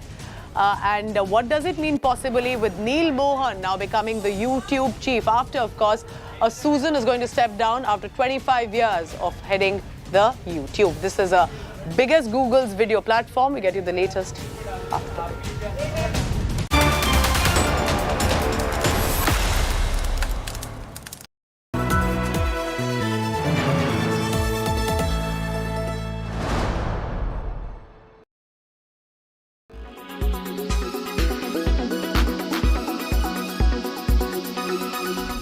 Do you have a question for me? Yes, Mr. Young. Do you really believe in all these things you sing? Trailer of the much anticipated film Love Again is out, and it features our very own Desi girl Priyanka Chopra along with Sam Hugan and Celine Dion. Know nothing about it. What? Love. Priyanka's husband Nick Jonas also makes a hilarious cameo appearance. Take it a little slower. Yeah. They're never gonna hold me down. The film will showcase the story of Meera Chopra, who is grieving the death of her fiancé by texting love notes to his old number, which now belongs to Rob, who is a journalist, and a romantic connection begins to form. I'm gonna go see her. These are from a literal stranger. I just need to... Love Again is the film adaptation of Sophie Kramer's 2009 novel SMS for Ditch, translating to Text for You, and will release in theatres on 12th May. Sure. And I'm Mariah Carey. The Bridgerton family is expanding. A new look at the Queen Charlotte-focused prequel reveals more steamy romance for some familiar characters. Dearest, gentle reader, did you miss me? The makers have released a teaser of the prequel titled Queen Charlotte, A Bridgerton Story, which will tell the story of how the young queen's marriage to King George sparked both a great love story and a societal shift, creating a world inherited by the characters in Bridgerton. Golda Rochelle will reprise the role of the titular queen, with India Amatfio being introduced as a young Charlotte, a young woman on the precipice of greatness, though at a cost. Whereas Corey Malcreast plays young King George, a handsome and charming royal with a mysterious past. Also from the original series, Joanne Doe returns as Lady Agatha Danbury, Ruth Gemmell as Lady Violet Bridgerton, and Hugh Sachs as Brimsley. You are the first of your kind. You must secure your position. This is my home. Queen Charlotte, a Bridgerton story, will premiere on OTT platform Netflix on 4th May.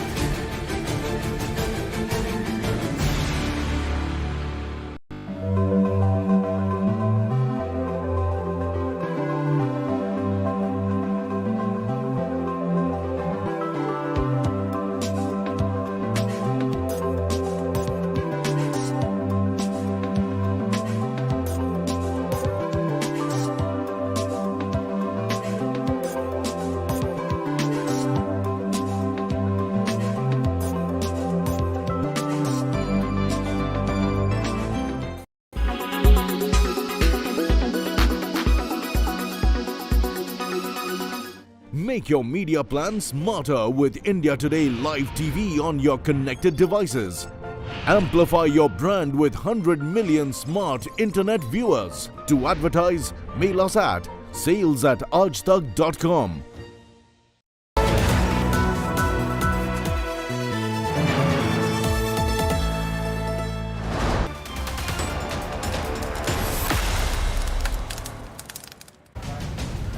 All right, big news coming in from Google's video division, YouTube. YouTube CEO Susan Wojcicki stepping down after 25 years and taking over the helm will now be Indian-American Neil Mohan, who's the now new head of YouTube. YouTube chief executive and one of the first Google employees, Susan will be stepping down. I remember 25 years ago, she was one of the first employees and had started with her role in the tech giant in her garage. She had been at the helm of the online video platform for a long time now and chief executive officer for about 9 years. Meanwhile, on the other side of your screen is Indian-American Neil Mohan. Mohan is a Stanford graduate, joined Google in 2008, was working as the chief product officer at YouTube, where he's been playing pivotal role in building the YouTube Shorts and music too. Mohan has also worked with Microsoft earlier. This change of guard comes as YouTube is vying for viewing time with popular short-form video application TikTok and streaming services like Netflix. So this, remember, is just only one name in the series of international companies that are being led now by Indian Americans.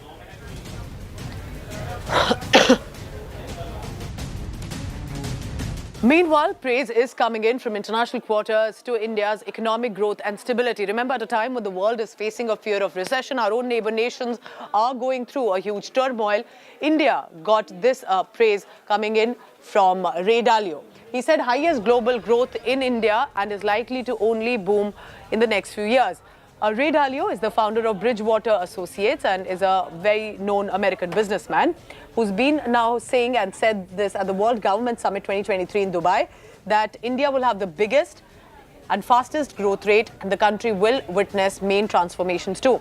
He's also claiming that the countries that remain neutral during global conflict and stand aside usually prosper. And he said India will also continue to do great things. What is India? India is the country, from all of the statistics using 10-year growth rates and also just what's apparent, India will have probably the greatest growth rate, the fastest growth rate economically, have the greatest transformation of any country. And I would say, like, if I was going to paint the world, there is this great power conflict and lots of things going on that are great and terrible in both China and the United States. And then there's the countries that are not in that, the neutral countries. So here we are in the UAE, and you think about what's going on here and in Saudi and so on, or you go to Singapore and you look at what's happening in the ASEAN countries, Indonesia, Vietnam, and so on, and you look at India, it's an advantage through all history and world wars.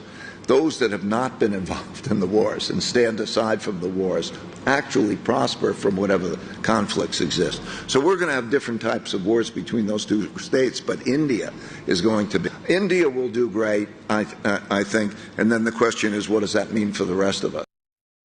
And that's not all. Just a little while ago, speaking to Business Today's Udayan Mukherjee, Dalio had said that India is opening up to the global capital markets. If it continues, it's only going to be good for the country. Here's what he had told Business Today. How would you compare China versus India today? I think India has a great potential.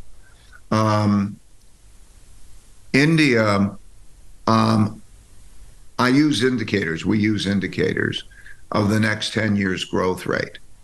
Some of the indicators are the cost of an educated person. In other words, what is the education level, but also how expensive are they?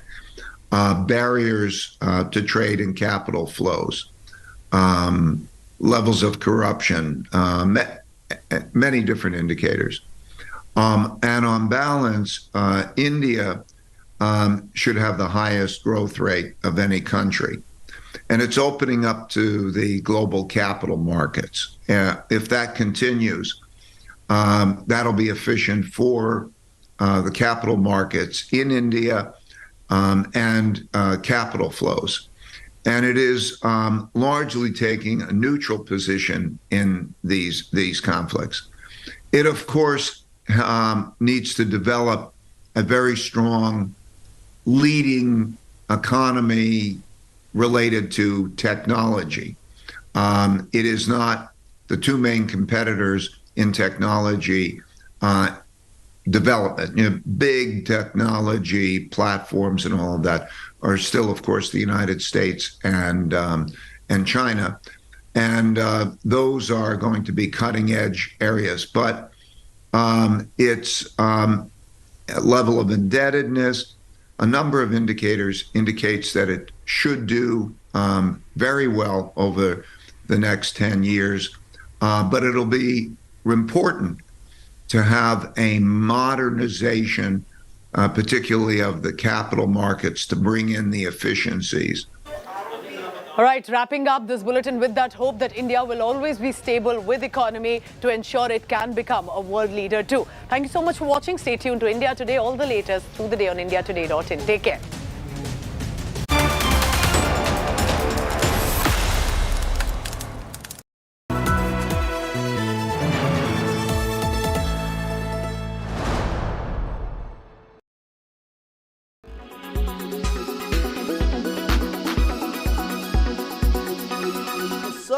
Mahesh Jethmalani of the income tax comes at a time within a month of the BBC airing a critical documentary on Prime Minister Modi. It also comes at a time when you, among others, have gone ahead and said that all of this is part of a Chinese propaganda, that BBC Today is financed by Chinese state-owned companies and therefore the BBC's finances need to be looked at.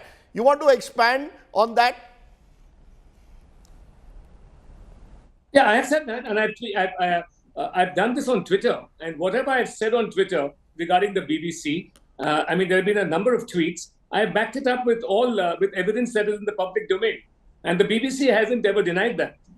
So, but that doesn't mean that just because I've tweeted these raids have happened. Now, are you questioning, I want clarity, are you questioning, Mahesh Jethmalani, the finances of the BBC? If the BBC has committed financial irregularities, surely that should have come out in the open by now by a British government inquiry. Are you convinced that the BBC is guilty of financial irregularities involving the Chinese? Well, I'm certainly saying that because of the extent and quantum of financial interlocking, right? They are highly dependent on the Chinese. And to use the words of a British MP who was highly critical of the BBC and its financial shenanigans with the Chinese, right? Have my bread, you will sing my song. But you're saying this at a time when, let's be honest, Mr. Jethmalani, the BBC over the years has built a huge credibility as a fine journalistic organization. Are you saying all of that has to be thrown out of the window because according to you, and this is according to you, it is today funded by Chinese-owned companies? The fact is, a large part of the BBC's finances still come through the British taxpayer. Well, this financial interlocking is not with the overseas, with the BBC in the UK. This financial interlocking is through an overseas entity controlled by the BBC called Storyworks. And most of the money, the funding comes into this company. All the Chinese state-owned financing is put through this company. And so there's a you are with a China wall between what happens in the UK, right, and what happens with stories which are publicized in places like India. Right? So here it is Storyworks which really produces those documentaries. They are financed by the Chinese. They invest their pension funds with the Chinese, and so does BBC UK. Right, invest their funds more than 150 million pounds, and there is this financial interlocking. And there is no other explanation why the BBC has persistently indulged in anti-India propaganda.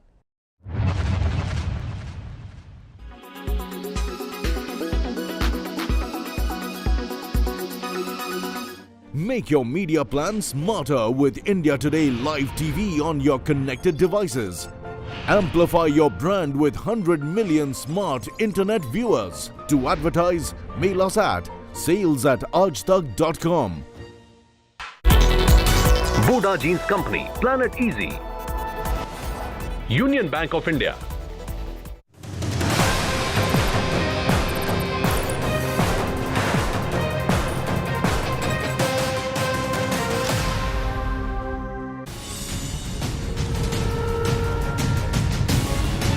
Hi there, very good morning. You're watching India Today TV. This is India's Agenda. I'm Sneha Mordani. Let's take you through the top stories first.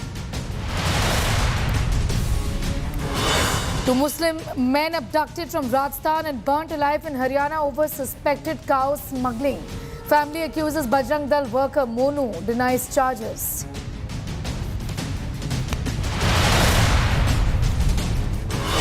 Mahashivratri war escalates in Jharkhand, where Section 144 has been imposed in Deoghar. After Palamu clash, internet snapped in Deoghar for 4 days. BJP MP Nishikant Dubey files a plea in High Court.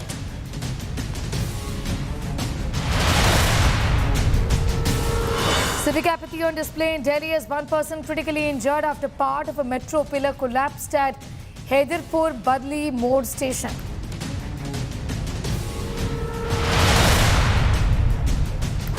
Chilling details of second fridge murder. Accused Sahil deleted Nikki's chats, strapped the body to the seat, driven for hours before discarding it. Suspense over Congress meet in Raipur as chorus grows for pilot to take charge as Rajasthan Congress chief. Is this end of the road for veteran Gehlot?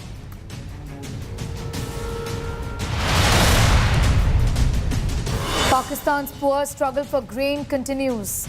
Exorbitant prices for daily food items. Bankrupt Pakistan crumbles, inflation skyrockets.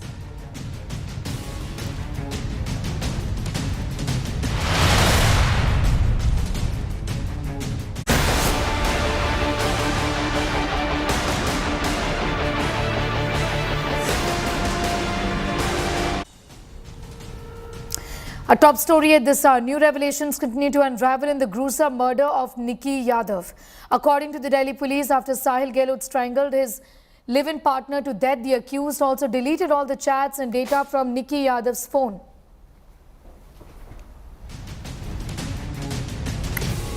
Not just that, after an altercation at Delhi's Kashmiri Gate, that was when accused Sahil strangled Nikki and then drove around with the body for at least 40 kilometers. Until he stuffed it into a dhaba's freezer. He also spent the day before his engagement to his now wife in Nikki Yadav. This after his family allegedly objected against his marriage to the victim. As per the police, when the victim's father contacted Sahil. He was told that Nikki was on a trip and left her phone behind with Sahil. As per sources, the murder accused planned to dispose of the body after his wedding, but the murder emerged after a common friend alerted the police. आपस में प्रेम करना, एक साथ रहना, पहले ये culture में नहीं था, आ रहा है, कोई बात नहीं, उसमें कोई गलती नहीं है। लेकिन अगर आपका ब्रेकअप हो रहा है तो म्यूचुअल रिस्पेक्ट और अंडरस्टैंडिंग जो आपस में लड़का लड़की में होनी चाहिए उसकी बहुत कमी है। और करोड़ों तो नहीं, लाखों कपल मेट्रो सिटीज़ में या जो टाउन अभी थोड़े डेवलप हो रहे हैं वहाँ पे लिव इन में रह रहे हैं, लेकिन उसमें से कुछ लोग ही अपराध करते हैं। तो इस तरह का जब अपराध होता है ये तो बहुत ही घिनौना, जिसको कहते हैं जघन्य, हीनियस क्राइम में जाता है, प्लान मर्डर है।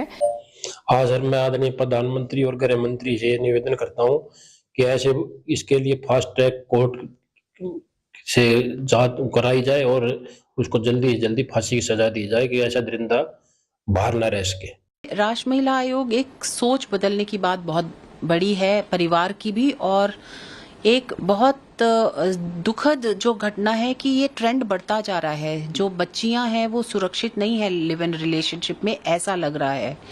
और वो जो उनका राइट है, जो हमारे कॉन्स्टिट्यूशन ने राइट दिया है चूज करने का अपना पार्टनर, वो परिवार वाले उसको छीन रहे हैं बच्चों से। और इसी डर से एक बच्ची बता नहीं पाती है परिवार में, और वो उनको पता नहीं है कि वो सुरक्षित है या नहीं है।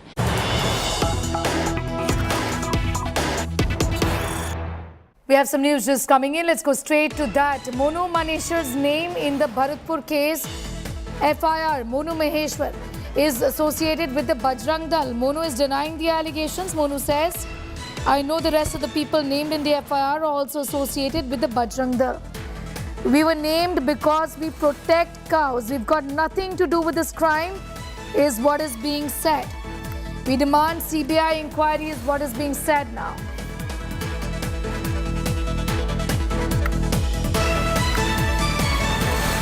The accused denying all the charges.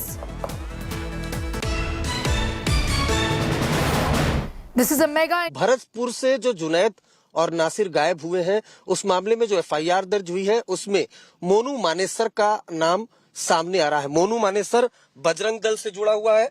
Monu, Junaid और नासिर की किडनैपिंग हुई है और भिवाड़ी में बुलेरो कार में एक नरकंकाल मिला है। अब नाम मोनू मानेसर का आ रहा है और FIR में भी आपका नाम है, आपका क्या कहना है? मेरा ये कहना है जी, जो जुनैद और उनको मैं जानता ही नहीं हूँ और उनसे हमारा कोई लेना देना नहीं है, ना मैं उनको जानता और ना इस घटना को मेरे बारे में पता ही चला। मैंने तो सोशल मीडिया के द्वारा ही पता लगाया कि मेरा नाम उस घटना में किसी में दे दिया गया है। उस दिन मैं जो 14-15 की रात को मैं गुरुग्राम में ही मौजूद था और मैं एक होटल में था, मैं और मेरे साथी मौजूद थे। उस घटना से हमारा कोई लेना देना नहीं है। पुलिस अच्छे से जांच करे और इसमें CBI जांच हो कि जो दोषी है उनको पकड़ा जाए और जो बजरंग दल को, हमारे संगठन को, इतने बड़े संगठन को जो समाज सेवा में लगा हुआ है उसको बदनाम कर रहे हैं, उसके खिलाफ सख्त से सख्त कार्रवाई की जाए। बाकी जो आरोपी हैं जिनके नाम है रजनीकांत, लोकेश, क्या इनको आप जानते हैं? मैं किसी रजनीकांत को नहीं जानता, रजनीकांत कौन है, लेकिन मैं उनको जानता हूं। जो श्रीकांत है, लोकेश जी हैं, वो जो श्रीकांत है बजरंग दल के कार्यकर्ता हैं, उनको मैं जानता हूं। उनका भी इस घटना से कोई लेना देना नहीं है। उनसे मेरी बातें हुई थी, उनसे मैंने पूछा था तो उन्होंने बिल्कुल मना कर दिया कि भाई हमारा इस मामले से कोई लेना देना नहीं है। और मैं खुद सवेरे एक होटल में मौजूद था, मेरे साथी भी मौजूद थे। इस घटना से दूर दूर तक हमारा कोई लेना देना नहीं है। हम कोई सामाजिक कोई भी सामाजिक ये काम बिगाड़ना नहीं चाहते हैं। जो अपने देश में दंगे भड़के या कुछ भी हो, हम देश की सेवा के लिए और समाज की सेवा के लिए ही सारे युवा साथी लगे हुए हैं। मेरा ये सवाल है कि आपका और आपके सहयोगियों का नाम आखिर कैसे सामने आ गया FIR में कि जुनैद और नासिर का किडनैपिंग होता है, और आप ही का नाम क्यों आ गया उस FIR में? अब जाहिर सी बात है, किसी का किडनैपिंग होती है और वो उसमें नाम दे दिया जाता है तो नाम जाहिर सी बात है गलत नाम दिए गए हैं। गलत नाम इसलिए दिए गए हैं कि गौ हत्या रोकने में हमारी टीम पूरी तरह से लगी हुई है। गौ हत्या हमने अनेकों ट्रक, अनेकों गाड़ियां हमने पकड़वाई है पुलिस से और हम पूरे गौ हत्या रोकने में पूरा सक्षम रखते हैं। इसीलिए हमारे पीछे ये पड़ गए हैं। कुछ कसाईयों ने हमारे नाम दिलाए होंगे लेकिन जांच जब सामने आएगी तो मैं सभी मीडिया कर्मियों और सभी से मैं कहना चाह रहा हूँ, जो सच्चाई है वो 1-2 दिन में सामने आ जाएगी और जो लोगों को पता भी लग जाएगा कि ये काम किसने किया है, किसने नहीं किया। हमारा इस घटना से दूर दूर तक कोई लेना देना नहीं है। मेरा एक सवाल है कि 6 फरवरी को आपने गुरुग्राम में एक फायरिंग की थी जिसमें मोइन नाम के बच्चे को गोली लग गई थी पटौदी में, और आपके ऊपर FIR दर्ज है। उस मामले में भी आप फरार चल रहे हैं। उस मामले में एक दलित परिवार के घर में अंदर हम बैठे थे, जिसकी हम मदद के लिए गए थे, मतलब गए हुए थे। बाहर से अंदर से गेट बंद था और बाहर से तभी 200-250 की संख्या में भीड़ आती।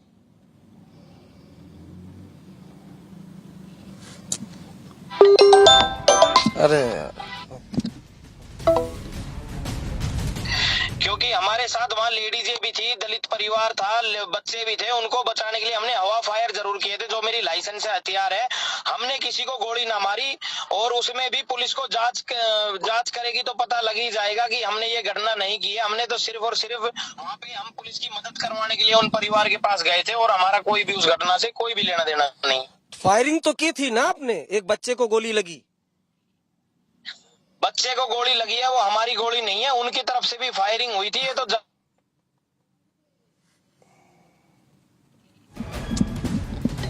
इंटरव्यू नहीं करने दे रहा है।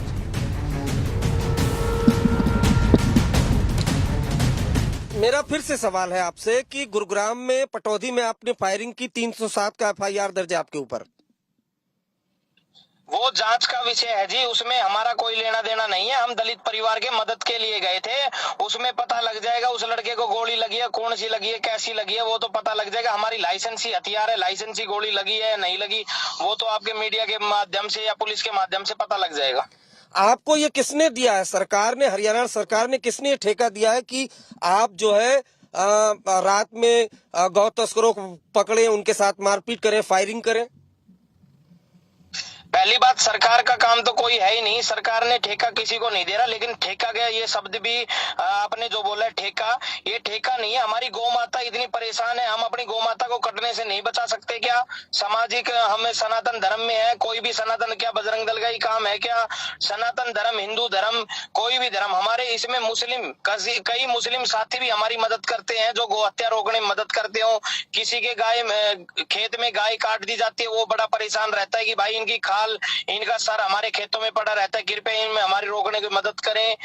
तो इसमें हमारा कोई लेना देना नहीं है। और जो ये है कि गाय हम बचाते हैं, बचाते रहेंगे, क्योंकि वो हमारे सनातन धर्म से जुड़ी हुई है। गाय को हम पूजनीय, हमारे साधु महात्मा, हमारे भगवान श्री कृष्ण भी गाय को पालते आए हैं। तो हमारा कर्तव्य है कि हम अपनी गौ माता को बचाएं। आप बजरंग दल से जुड़े हुए हैं और बाकी जो श्रीकांत जी जो भी FIR दर्ज में है, वो सभी लोग बजरंग दल से जुड़े हुए हैं? हाँ, बजरंग दल से जुड़े हुए हैं। श्रीकांत जी हर विभाग का कार्यकर्ता है। लेकिन मैं फिर दोबारा ये बता रहा हूँ कि ये जांच का विषय है। जो भी, मैं उस दिन होटल में रुका हुआ था और जो भी सच्चाई है वो सामने आ जाएगी, जो भी इसमें आरोपी है वो पकड़े जाएंगे।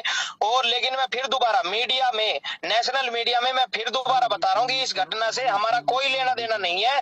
थोड़ा सा भी हमारा लेना देना हो तो हम खूब जवाबदार मिलेंगे। मेरा ये फिर से कहना है कि जुनैद और नासिर की किडनैपिंग हुई है, उनके नरकंकाल मिले हैं और आपका नाम आ रहा है। आप कह रहे हैं कि आपका कोई रोल नहीं है उसमें?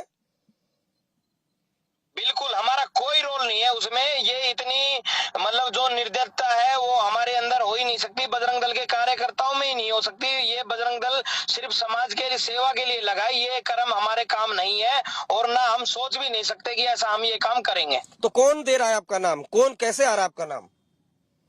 ये मैंने अभी फिर दोबारा बता रहा हूँ कि जो भी ये कसाई लोग हैं ये नाम दे रहे होंगे जो गाय काटते हैं।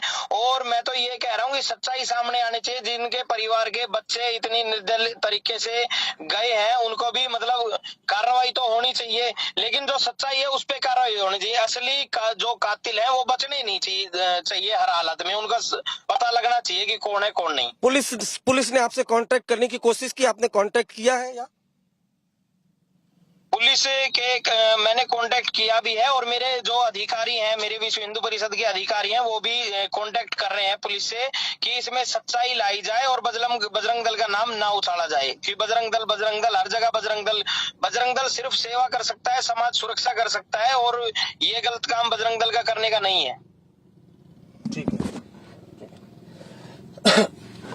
भेजिए आप भेजिए। Getting you all the details in the exclusive conversation that my colleague Arvind just had with the key accused. In this case goes by the name of Monu. He is saying that we are not behind this gruesome murder.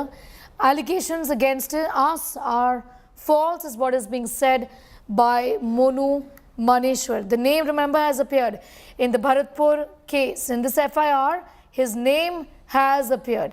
He is a member of the Bajrang Dal. Monu is denying the allegations. He says, I know the rest of the people named in the FIR. He says they too are associated with the Bajrang Dal. Bajrang Dal would have not done such a gruesome thing is what he says. We've been named because we always protect cows. We demand a CBI inquiry is what is being said by Monu now. You heard that conversation. Exclusive conversation with my colleague Arvind Ojha a few moments ago. 2 men were killed in suspicion of cow slaughter. This happened just 100 kilometers from the national capital.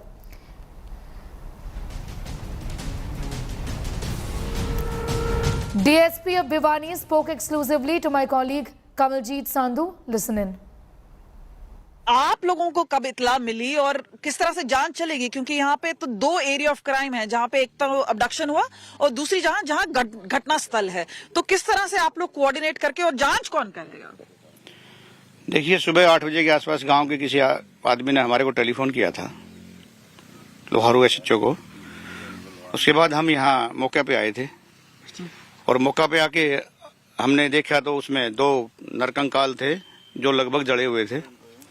उसके तुरंत बाद हमने SP साहब को इसकी सूचना दी कि SP साहब ने तब वो टीम में वहाँ से सीआईए की, सीन ऑफ क्राइम की और साइबर की और टीमें वहाँ से भेजी, मोटर मैकेनिक को वहाँ से भेजा भिवानी से, और हमने गाड़ी का एक इंजन नंबर तो मैकेनिक के बाद खुला। पहले हमने चेसी नंबर मिल गया था, चेसी नंबर से हमने कंपनी को टेलीफोन किया। यह एक महिंद्रा की एजेंसी है भिवानी में, वहाँ एक हमारा आदमी भेजा गया तो उसमें मालिक का नाम आ गया। वो गाड़ी का मालिक का कुछ नंबर, एक टेलीफोन नंबर मिला, उससे नंबर से बात की गई तो उसने आगे बात बताई कि हमारा ऐसे हुआ है और हमने वहाँ कंप्लेंट, फिर हमने वहाँ प्रतापगढ़ एसएचओ, गोपालगढ़ एसएचओ से बात की। A few moments ago, my colleague Arvind Ojha had a conversation with Monu, the key accused. You see on your screens right now. This is an India Today exclusive. Listen in.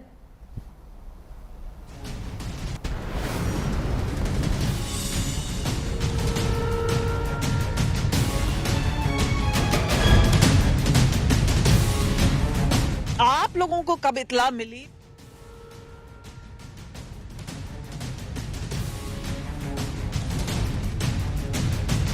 Bharatpur से जो जुनैद और नासिर गायब हुए हैं, उस मामले में जो एफआईआर दर्ज हुई है उसमें मोनू मानेसर का नाम सामने आ रहा है। मोनू मानेसर बजरंग दल से जुड़ा हुआ है।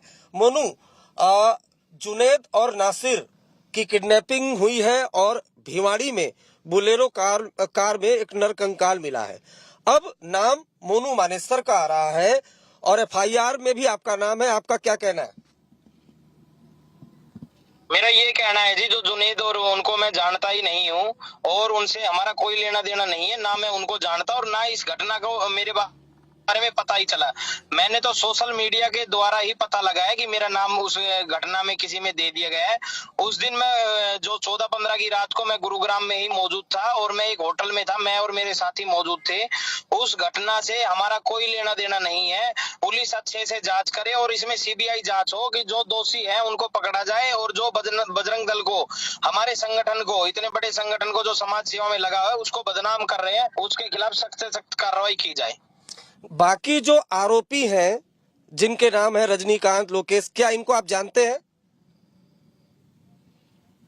मैं किसी रजनीकांत को नहीं जानता, रजनीकांत कौन है, लेकिन मैं उनको जानता हूं जो श्रीकांत है, लोकेश जी हैं, वो जो श्रीकांत है बजरंग दल के कार्यकर्ता हैं, उनको मैं जानता हूं। उसको उनका भी इस घटना से कोई लेना देना नहीं है। उनसे मेरी बातें हुई थी, उनसे मैंने पूछा था तो उन्होंने बिल्कुल मना कर दिया कि भाई हमारा इस मामले से कोई लेना देना नहीं है।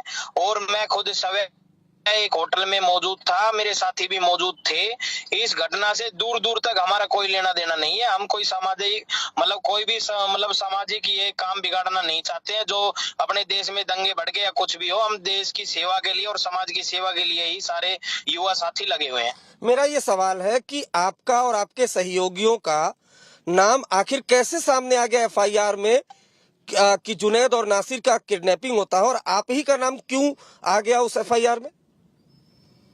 अब जाहिर सी बात है, किसी का किडनैपिंग होती है और वो उसमें नाम दे दिया जाता है तो नाम जाहिर सी बात है गलत नाम दिए गए हैं। गलत नाम इसलिए दिए गए हैं कि गौ हत्या रोकने में हमारी टीम पूरी तरह से लगी हुई है। गौ हत्या हमने अनेकों ट्रक अनेकों गाड़ियां हमने पकड़वाई है पुलिस से, और हम पूरे गौ हत्या रोकने में पूरा सक्षम रखते हैं। इसीलिए हमारे पीछे ये पड़ गए हैं। कुछ कसाईयों ने हमारे नाम दिलाए होंगे, लेकिन जांच जब सामने आएगी तो मैं सभी मीडिया कर्मियों और सभी से मैं कहना चाह रहा हूँ, जो सच्चाई है वो 1-2 दिन में सामने आ जाएगी और जो लोगों को पता भी लग जाएगा कि ये काम किसने किया है किसने नहीं किया। हमारा इस घटना से दूर दूर तक कोई लेना देना नहीं है। These are horrific pictures, in fact, that have come in from the site of the crime where 2 men were charred alive. The man accused of doing this spoke exclusively to my colleague Arvind Oja. Well, he says that he is not behind it. He is a member of the Bajrang Dal. He goes by the name of Monu Maneshar. This is in the Bharatpur case. His name is appeared in the FIR. He is denying the allegations, saying that he knows the rest of the people named in the FIR are associated with the Bajrang Dal. He says we've been framed. We protect cows and we've been framed because we protect cows, is what he says. He's also demanded a CBI inquiry in this entire matter. This, viewers, is yet another case of cow vigilantism leading to the loss of life 100 kilometers from Delhi city. Kamaljeet is getting us more details on that. Kamal, get us up to speed with the investigations in this entire matter. Where is Monu right now? He spoke to Arvind Oja. He is the key accused in this case. He, of course, denies the charges. Well, he may be denying the charges, but will he surrender before the law of the land? And this is where things really lie. We are here at the spot, and let me tell you, I can just hear a lot of echo in my ears, so I'm just taking out the earpiece. But this is where the spot is. It's been more than 24 hours since the villagers spotted the skeletons out here. But we'll just try and get you a witness as to how these things really panned out. आप ये बताइए, सबसे पहले आपने यहाँ पे गाड़ी और बॉडीज देखी थी? गाड़ी देखी थी, पर चलते हुए कंकाल भी तो अंदर थे कंकाल चलते हुए। दलित नहीं रहे थे उस टाइम, गाड़ी बुझी हुई थी उस टाइम। बुझी हुई थी। तो उसके बाद पुलिस कब हरकत में आई, क्या हुआ? पुलिस को 112 में कॉल किया गया। पुलिस आई है लगभग 8 बजे पुलिस आई। पहले पीसीआर आई है, उसके बाद सचो आया, उसके बाद डीएसपी आए, उसके बाद फॉरेंसिक लैब की टीम आई है और फिर सार्वजनिक कार्रवाई चली गई। ये तो हरियाणा पुलिस ने किया। राजस्थान पुलिस कब? 7 बजे आई है मैडम यहाँ, लेकिन किसी को नहीं पता राजस्थान पुलिस आई है। किसी गाँव वाले से नहीं बताया। यहाँ गाँव के कम से कम 50 आदमी बैठे शाम को 9 बजे तक। किसी का बयान लिया गया? किसी बयान नोट नहीं किए गए, न किसी बयान लिया, न किसी को बताया गया राजस्थान पुलिस आई है, किस लिए आई है, क्यों आई है, मरने वाला कौन है, कहाँ से, किसी को कुछ नहीं बताया। यहाँ पे कोई बजरंग दल की एक्टिविटी है, कोई गाय तस्करी की एक्टिविटी? बजरंग दल की कोई एक्टिविटीज नहीं है यहाँ पर। गांव तो खाली ये सोच रहा था कि ये हो क्या रहा है, मतलब हमारा गांव इतना पीसफुली है, एरिया ही पीसफुली है, यहाँ लाके गाड़ी जलाने का मकसद क्या था? 300 किलोमीटर या 250 किलोमीटर चल के यहाँ गाड़ी क्यों लाए? कोई गांव कोई एरिया का आदमी साथ था कि ये जगह कैसे चुनी उन्होंने? रास्ते में और भी काफी जगह पड़ती हैं, वहाँ पर क्यों नहीं लिया? ये गांव इस की पूरी हमारा जंगल क्यों चुना? हाँ, ये जंगल किस लिए चुना है उन्होंने? यहाँ की क्या जानकारी थी उनके पास के भाई यहाँ ले? जो परिजन आए थे उनसे किसी से बात हुई? क्योंकि उनके जो एक कजन थे उनसे बात हुई थी। उन्होंने ये बताया कि ये पहले उठा लिए थे, कोई काम के लिए गए हुए थे, लेकिन हमारे को आपकी परिजनों से बात हुई लेकिन पुलिस ने कोई बात नहीं की? So there we are getting you. You know, the jungle, this area itself, you can see there is barely any road out here, and this is where this entire area, especially in the dark of the night, this was a thick coverage as far as the entire incident of crime is concerned, and obviously the criminals wanted to hide this. But the important angle coming in is here that these men were picked up from Bharatpur area in Gopalgarh, and this is where the crime scene has been committed at least 300 kilometers away. So it's been a well-planned strategy. Now there have been names in the FIR, at least 8 to 10 people who were identified, and at least 5 of them have been named are from the Bajrang Dal. But whether they have an alibi, whether there is a clear connection, this is all a matter of investigation. Now the DNA as well as the forensics is concerned will prove beyond doubt that these were actually bodies or skeletons of Junaid and Nasir. But what is really hit and hurt the villagers is the sort of investigation. They're saying Haryana police has done its job, but Rajasthan police should have probed this properly. But yes, they have taken what is called from the ground all sort of forensic evidence, right from samples, but also the other part is what is suspected is that these particular accused actually went about this particular village round and round before finalizing this particular place, and after identifying that there was nobody around here, because we've been told at least around Wednesday to Thursday there were several weddings taking place. So this is what villagers are telling us, that this incident happened post 12 o'clock, and that is the first person going out for a morning walk at 4 o'clock is the one who's identified it. They're very shocked, saying there has been no cattle smuggling, there's no angle with Rajasthan, but they are also very shocked as to why that link has come to this particular village, a very sleepy village in the heart of Bhiwani, and this is where they want a fair probe should be done into the matter, no matter whose name is coming up. Well, absolutely. The sequence of events like you're describing for us, Kamal, does look like this has been pre-planned. 8 to 10 people you say have been named in the FIR. Give us more details of all of these people and how many have been detained yet, if you could give us an idea about that as well.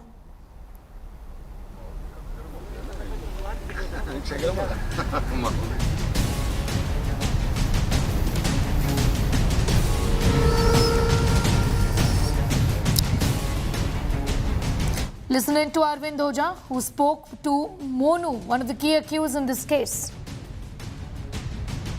Bharatpur से जो जुनैद और नासिर गायब हुए हैं, उस मामले में जो एफआईआर दर्ज हुई है उसमें मोनू मानेसर का नाम सामने आ रहा है। मोनू मानेसर बजरंग दल से जुड़ा हुआ है। मोनू, जुनैद और नासिर की किडनैपिंग हुई है और भिवाड़ी में बुलेरो कार में एक नरकंकाल मिला है।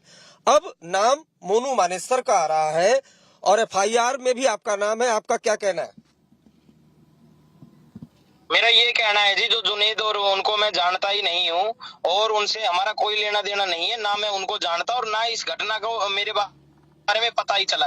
मैंने तो सोशल मीडिया के द्वारा ही पता लगाया कि मेरा नाम उस घटना में किसी में दे दिया गया है। उस दिन मैं जो 14-15 की रात को मैं गुरुग्राम में ही मौजूद था और मैं एक होटल में था, मैं और मेरे साथी मौजूद थे। उस घटना से हमारा कोई लेना देना नहीं है।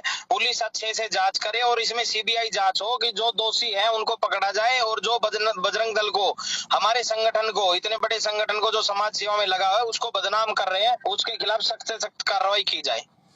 बाकी जो आरोपी हैं जिनके नाम है रजनीकांत, लोकेश, क्या इनको आप जानते हैं?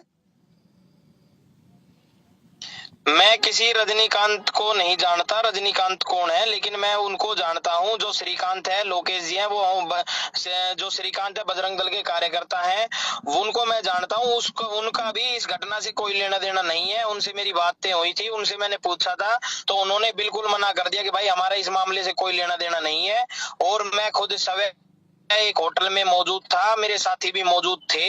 इस घटना से दूर दूर तक हमारा कोई लेना देना नहीं है। हम कोई सामाजिक कोई भी सामाजिक ये काम बिगाड़ना नहीं चाहते हैं जो अपने देश में दंगे भड़के या कुछ भी हो। हम देश की सेवा के लिए और समाज की सेवा के लिए ही सारे युवा साथी लगे हुए हैं। मेरा ये सवाल है कि आपका और आपके सहयोगियों का नाम आखिर कैसे सामने आ गया एफआईआर में कि जुनैद और नासिर का किडनैपिंग होता है और आप ही का नाम क्यों आ गया उस एफआईआर में?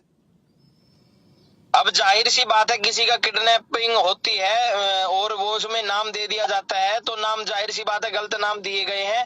गलत नाम इसलिए दिए गए हैं कि गौ हत्या रोकने में हमारी टीम पूरी तरह से लगी हुई है। गौ हत्या हमने अनेकों ट्रक अनेकों गाड़ियां हमने पकड़वाई है पुलिस से और हम पूरे गौ हत्या रोकने में पूरा मतलब सक्षम रखते हैं। इसीलिए हमारे पीछे ये पड़ गए हैं। कुछ कसाईयों ने हमारे नाम दिलाए होंगे लेकिन जांच जब सामने आएगी तो मैं सभी मीडिया कर्मियों और सभी से मैं कहना चाह रहा हूँ जो सच्चाई है वो 1-2 दिन में सामने आ जाएगी और जो लोगों को पता भी लग जाएगा कि ये काम किसने किया है किसने नहीं किया। हमारा इस घटना से दूर दूर तक कोई लेना देना नहीं है। The family says these is Bajrang Dal leaders, all of them who've been named in the FIR behind this. Monu, the one who spoke to Arvind Ojha, my colleague, clearly says that this is a conspiracy. From what Kamal is telling us, as far as this horrific crime is concerned, is clear that this was pre-planned. In fact, the police, Kamal, are now waiting for the post-mortem report to ascertain the cause of death, whether this was an accident, whether this was pre-planned or whether this was murder. As far as the investigations are concerned, there is in fact fair amount of work that needs to be done on this front.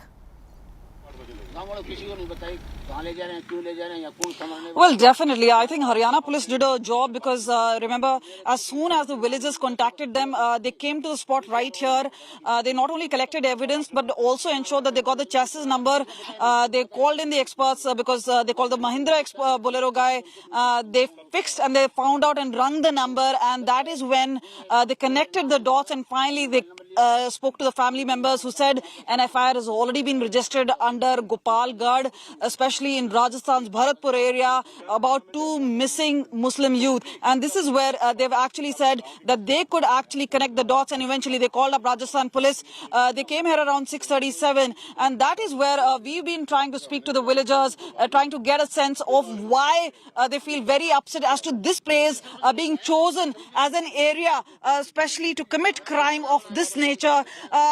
आप लोग यहाँ पे गांव से हैं, आप बोल रहे हैं और हम लोग आपसे बात कर रहे थे और आपने कहा था ये तो इंसानियत ही नहीं रही जिस तरह से जलाया गया। हाँ, इंसानियत कहाँ हुई मैम, ये कहाँ से लेके यहाँ पहुंचे हैं। हमारा तो इतना सेंसिटिव इलाका भी नहीं है जो सोच रहे थे ना, इस तरीके से कोई घटना आज तक हुई नहीं है।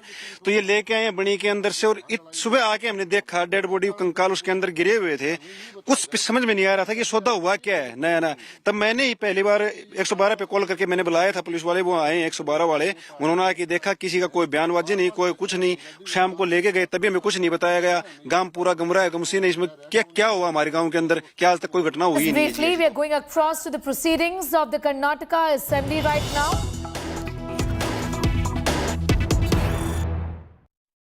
ಮಟ್ಟದಲ್ಲಿ ಬೆಳವಣಿಗೆಯಿಂದಾಗಿ ರಾಜ್ಯದ 222 ಹಣದುಬ್ಬರ ಒತ್ತಡಕ್ಕೆ ಒಳಗಾಗಿತ್ತು. ಆರ್ಬಿಐಯಿಂದ ಸಂಯೋಜಿತ ಕ್ರಮ ಮತ್ತು ಕೇಂದ್ರ ರಾಜ್ಯ ಸರ್ಕಾರಗಳ ಜನಪರ ನೀತಿಗಳಿಂದ ಹಣದುಬ್ಬರ ನಿಯಂತ್ರಿಸಲು ಸಾಧ್ಯವಾಗಿದೆ. ಆರ್ಥಿಕ ಮತ್ತು ಸಾಂಖ್ಯಿಕ ಇಲಾಖೆ ಮುಂಗಡ ಅಂದಾಜಿನಂತೆ 2022-23 ರಾಜ್ಯವು 7.9 ರಷ್ಟು ಬೆಳವಣಿಗೆ ದಾಖಲಾಗಿದೆ. ವಲಯವಾರು ಬೆಳವಣಿಗೆ ಗಮನಿಸಿದಾಗ ರಾಜ್ಯದ ಆರ್ಥಿಕ ಬೆಳವಣಿಗೆ ಸೇವಾ ಮತ್ತು ಕೈಗಾರಿಕಾ ವಲಯ ಪ್ರಮುಖ ಕಾರಣವಾಗಿದೆ. ಕಳೆದ ಸಾಲಿಗೆ ಹೋಲಿಸಿದರೆ 2022-23ರಲ್ಲಿ ಸೇವಾ ವಲಯ 9.2 ರಷ್ಟು, ಕೈಗಾರಿಕಾ ವಲಯ ಮತ್ತು -5.1 ಬೆಳವಣಿಗೆ ದಾಖಲಿಸಿದೆ. ಕೈಗಾರಿಕಾ ವಲಯ -5.1 ಬೆಳವಣಿಗೆಯನ್ನು ದಾಖಲಿಸಿದೆ. ಅಕಾಲಿಕ ಹವಾಮಾನ ಪರಿಸ್ಥಿತಿ ಹೊರತಾಗಿ ಕೃಷಿ ವಲಯ -5.5 ರಷ್ಟು ಬೆಳವಣಿಗೆ ಹೊಂದಿದೆ. ಇದಲ್ಲದೆ ಪರಿಣಾಮವಾಗಿ ರಾಜ್ಯದ ತಲಾ ಆದಾಯ ಕಳೆದ 4 ವರ್ಷಗಳ ಅವಧಿಯಲ್ಲಿ 2,04,000ಗಳಿಂದ 3,32,000ಗಳಿಗೆ ತಲಾವಾರು ಆದಾಯ ಹೆಚ್ಚಾಗಿದೆ. ಆರ್ಥಿಕ ವರ್ಷ 2022-23 ಹೆಚ್ಚಿನ ಜಿಎಸ್ಟಿ ಬೆಳವಣಿಗೆ ದರವು ಬಂಡವಾಳ ವೆಚ್ಚವನ್ನು ಹೆಚ್ಚಿಸಲು, ಹೂಡಿಕೆಯನ್ನು ಆಕರ್ಷಿಸಲು ಮತ್ತು ಬೃಹತ್ ಮಟ್ಟದಲ್ಲಿ ಉದ್ಯೋಗ ಸೃಷ್ಟಿಸಲು ರಾಜ್ಯ ಸರ್ಕಾರವು ಕೈಗೊಂಡ ಕೇಂದ್ರೀಕೃತ ಕ್ರಮಗಳಿಂದ ಪ್ರತಿಬಿಂಬವಾಗಿದೆ. ರಾಜ್ಯದ ಹಣಕಾಸಿನ ಪರಿಸ್ಥಿತಿ 2022-23 ರಾಜ್ಯ ಹಣಕಾಸಿನ ಪರಿಸ್ಥಿತಿ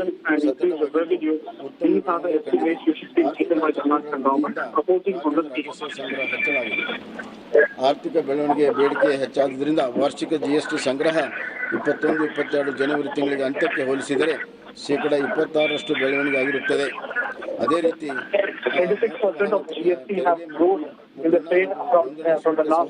ಹೆಚ್ಚಳವಾಗಿರುತ್ತದೆ. ಒಟ್ಟಾರೆ ಆರ್ಥಿಕ ವರ್ಷ 2021-22 ಹೋಲಿಸಿದರೆ ಜನವರಿ ಅಂತ್ಯದವರೆಗೆ ರಾಜ್ಯದ ಸ್ವಂತ ತೆರಿಗೆಗಳ ಸಂಗ್ರಹ ಶೇಕಡ 20% ಹೆಚ್ಚಾಗಿದೆ. ಕೇಂದ್ರ ಸರ್ಕಾರ 20% of the expenditure is also being increased to the state. 813 ಕೋಟಿಗಳಷ್ಟು ಹೆಚ್ಚಳ ಆಗಿದೆ. ಮುಂದುವರೆದ ಕೇಂದ್ರ ಸರ್ಕಾರವು 2023-24 ಸಾಲಿನಲ್ಲಿ ರಾಜ್ಯಕ್ಕೆ 37,252 ಕೋಟಿಗಳು ತೆರಿಗೆ ಪಾಲನ್ನು ಅಂದಾಜಿಸಿದೆ. ಇದು 2022-23 ಆಯು ಅಂದಾಜಿಸಿಗೆ ಹೋಲಿಸಿದರೆ ಶೇಕಡ 25% ಹೆಚ್ಚಾಗಿದೆ. ಕೇಂದ್ರ ಸರ್ಕಾರವು ರಾಜ್ಯದ ತೆರಿಗೆ ಪಾಲನೆ ಹೆಚ್ಚಿಸುವುದರಿಂದ ರಾಜ್ಯ ಸರ್ಕಾರ ಮಿತಿಯ ಸುಸ್ಥಿರತೆ ಕಂಡುಕೊಳ್ಳಲು ಸಹಕಾರಿಯಾಗಿದೆ. ರಾಜ್ಯದ ಸ್ವಂತ ರಾಜಸ್ವ ಸಂಗ್ರಹ ಮತ್ತು ಕೇಂದ್ರ ಸರ್ಕಾರ ತೆರಿಗೆ ಪಾಲನೆ ಹೆಚ್ಚಳ 2022-23 ಪರೀಕ್ಷಿತ ಅಂದಾಜಿನಲ್ಲಿ ರಾಜ್ಯದ ರಾಜಸ್ವ. We'll continue to get you all the details on the proceeds of the assembly as the chief minister there is presenting the budget on the floor of the Karnataka Assembly. For the moment, it's time for a quick break here. We're getting you much more news in just a bit.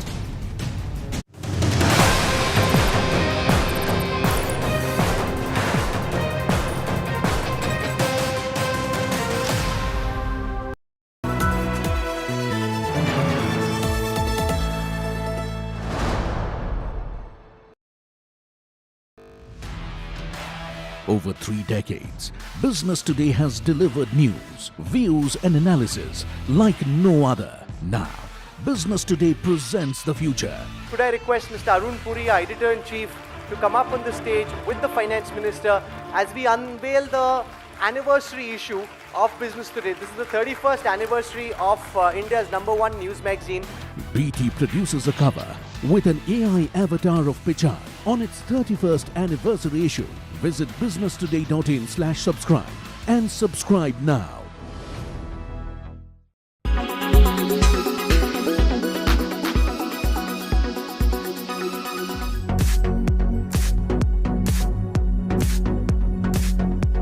Bonnie Kapoor took to social media to announce that the biography on his late wife and actress Sridevi is in the works and will release later this year. Speaking about the same, he called his late wife a force of nature. Titled as The Life of a Legend, the book will feature the key aspects of Sridevi's life and career. It will be published by Westland Books. The actor had passed away in 2018, leaving a void in the industry. And on her 5th death anniversary, her popular film English Winglish is set to release in China. The drama marked Sridevi's comeback to films after a long hiatus of 15 years. English tuition? I can come in? You may not. But you need to ask, may I come in? English Winglish had gone on to become India's official entry to the Academy Awards in the Best Foreign Language Film category for 2013. The story of the film revolved around a housewife who decided to take up English lessons in the US after being mocked by her husband and daughter. She was born to make laddu. I, Shashi, from the India. No, Sashi, not from the India. From India. Why India? Not the India. Why America? The United States of America. In her illustrious filmic career, Sridevi had acted in as many as 300 films.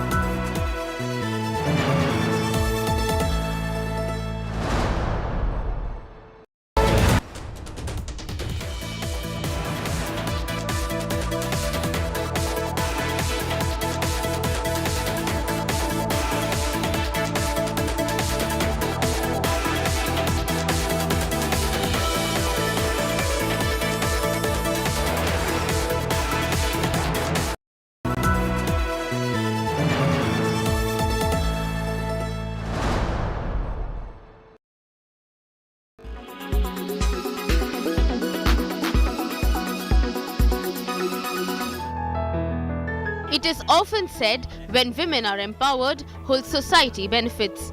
A group of women working for Shiv Shakti Foundation in Raisin town of Madhya Pradesh are proof of that. सर्वप्रथम तो हमारा जो संगठन है उसका नाम Shiv Shakti foundation है, जिसके माध्यम से हमारा एक ही मात्र उद्देश्य है समाज सेवा, जिसमें हमारे द्वारा नेकी की दीवार का कार्यक्रम स्टार्ट किया गया है। दूसरा आपका नर्मदा सफाई अभियान हमारे यहाँ प्रत्येक रविवार को आयोजित किया जाता है। The group works on multiple fronts. They donate clothes to school students so that they can fight the bitter cold wave. Shiv Shakti foundation के द्वारा मुझे मिला है, स्वेटर मिली है आज। तो मेरे पास स्वेटर नहीं थी, तो मैम ने मुझे स्वेटर दी है आज, मुझे नहीं इन सब लोगों को दी है। They motivate other citizens to join social work. हम ये सोचते हैं कि अगर हमसे हो सके जितनी मदद हो पा रही है हम उतनी मदद करें और लोग इसमें सहयोग करें और सभी की मदद हो सके और सभी हमें सपोर्ट करें। Every Sunday they head towards the Narmada river to clean it. And they even help the traffic police. आज बहुत अच्छा लगा कि हमारे शिव शक्ति फाउंडेशन पूरा परिवार आया हुआ है और हम लोग हर रविवार आएंगे और 11 बजे से 2 बजे तक हम लोग 3 घंटे का समय इधर पर बिताएंगे और हम आप सभी से निवेदन करते हैं आप सभी आएँ और इधर पर गंदगी ना करें और हमारा सहयोग दें, हम सहयोग की आपसे अपेक्षा करते हैं। These women from Raisin want to set a new example for women empowerment. Bureau Report, India Today.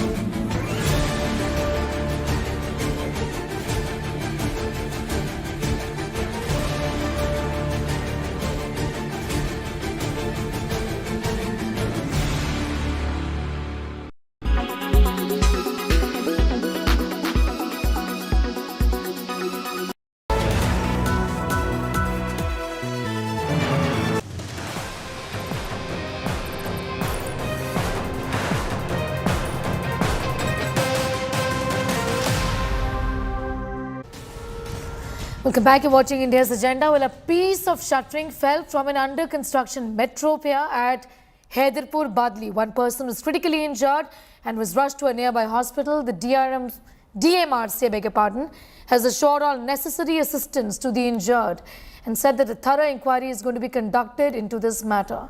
DMRC also issued an official statement about this entire incident. Well, a video from the spot shows a heavily damaged car after a piece of shuttering fell on it. The driver of the car has sustained heavy injuries in this accident. यहाँ पे safety point का कोई ध्यान नहीं दिया जाता, सुबह से शाम तक पूरा जाम होता है, ना तो ये मेट्रो वालों के कोई गार्ड होते हैं। मेन पॉइंट का गार्ड का फर्क बनता है कि कोई भी गाड़ी पास ना हो और जब ये ट्रेन का काम चल रहा हो तो गार्ड जरूर हो बाहर, और यहाँ गार्ड नहीं रहा कोई। ये गिरा है, उसके ऊपर जो दोनों लड़के हैं वो हॉस्पिटल मैक्स में सीरियस है। In other news, well, after communal clashes in Jharkhand's Palamu over Mahashivratri celebrations and preparations, Section 144 has been imposed. Police also conducted a flag march in the area. Meanwhile, politics has raged as BJP and JMM locked horns over this entire controversy. Here's more.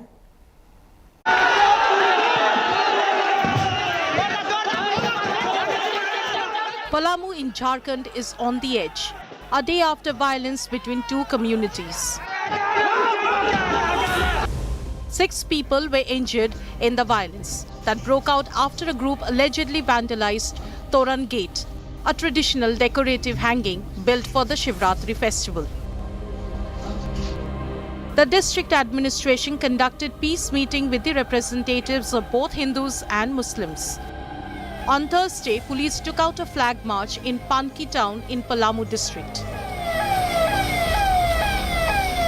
सकारात्मक बातें हुई हैं प्रशासन के साथ और हम लोगों का पहल अच्छा रहा है और रिस्पांस भी इन लोगों की तरफ से प्रॉपर रहा है. Section 144 has been imposed in the area.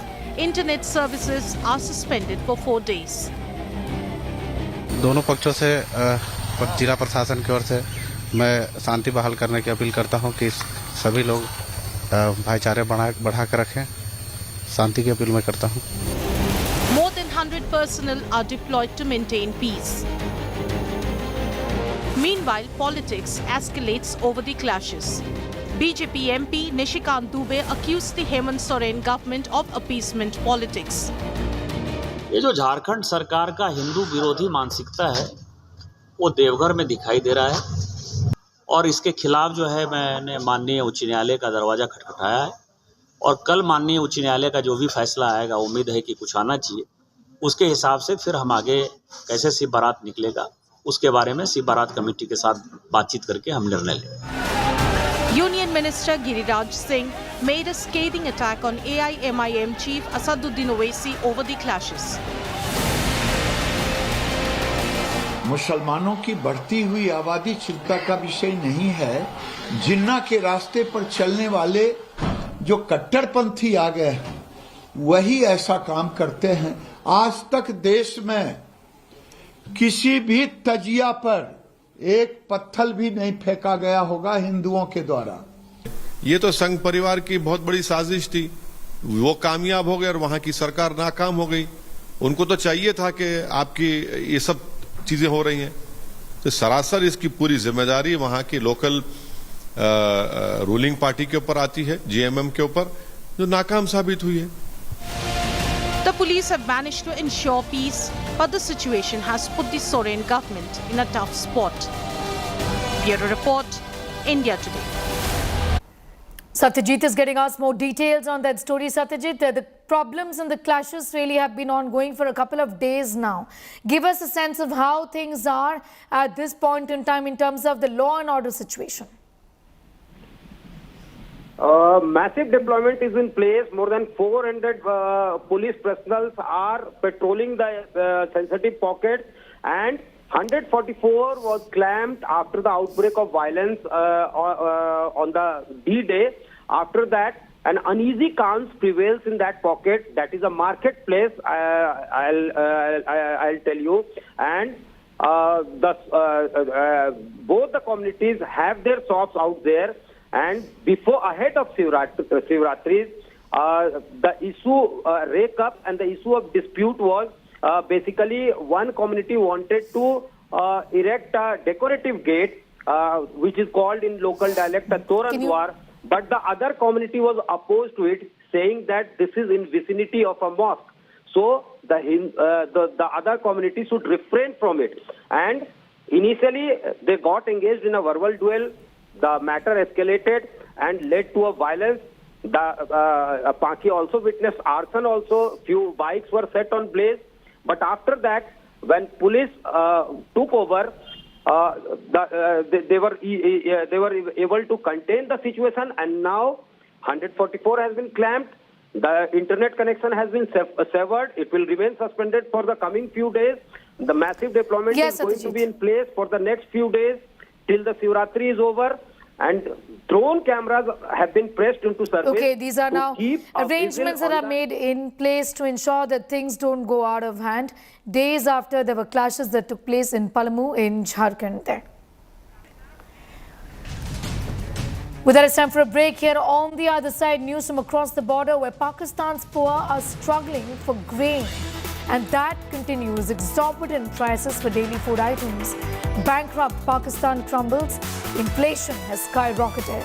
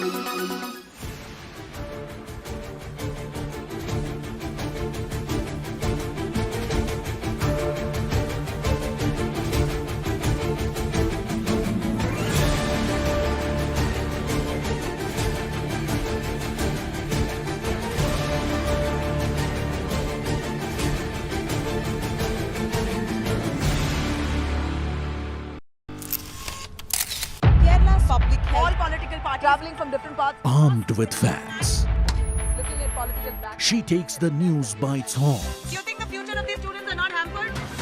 Fierce, bold, and direct, setting the tone for the biggest stories from every corner and every angle. Expect nothing but the unfiltered truth. News first, niceties later. Watch me, Nabila Jamal, on India Today. Make your media plan smarter with India Today Live TV on your connected devices. Amplify your brand with 100 million smart internet viewers. To advertise, mail us at sales@aajtak.com.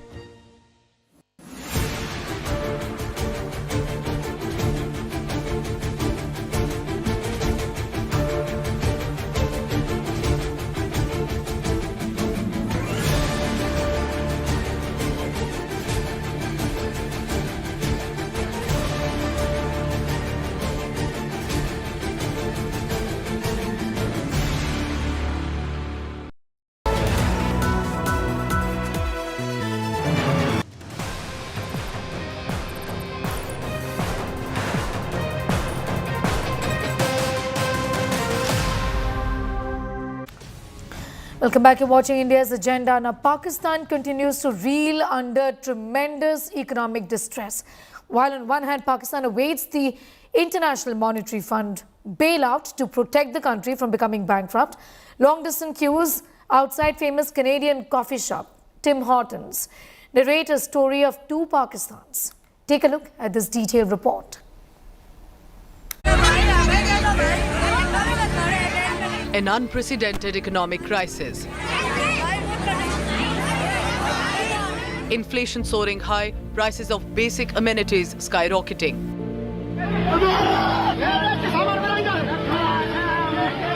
And the International Monetary Fund bailout is getting delayed. Pakistan is on the verge of bankruptcy. But this hasn't affected the lavish lifestyle of Pakistan's elite. Tim Hortons, a famous Canadian restaurant chain, has opened its first outlet in Pakistan's Lahore this week. People in Pakistan thronged for hours, standing in long queues to grab their favorite coffee and pastries from the Canadian chain. But why should this make any news? Let's understand this way. As per its online menu, the cafe offers a small brewed coffee at 350 Pakistani rupees, while a large flavored coffee costs twice as much. By comparison, the average government-mandated minimum wage is 25,000 Pakistan rupees a month. Tim Hortons is set to open another 2 outlets in Lahore. This reveals an ironic economic disparity in Pakistan. Fuel prices have risen by almost a fifth in the country. Inflation in Pakistan could average 33% in the first half of 2023. Pakistan government has implemented harsh fiscal measures, prerequisite for funding from the IMF. The neighbouring country has foreign reserves just enough to pay for over 3 weeks of imports. The deepening economic turmoil did not stop Pakistan Prime Minister Shehbaz Sharif from visiting the quake-hit Turkey to express support and solidarity. Bureau Report, India Today.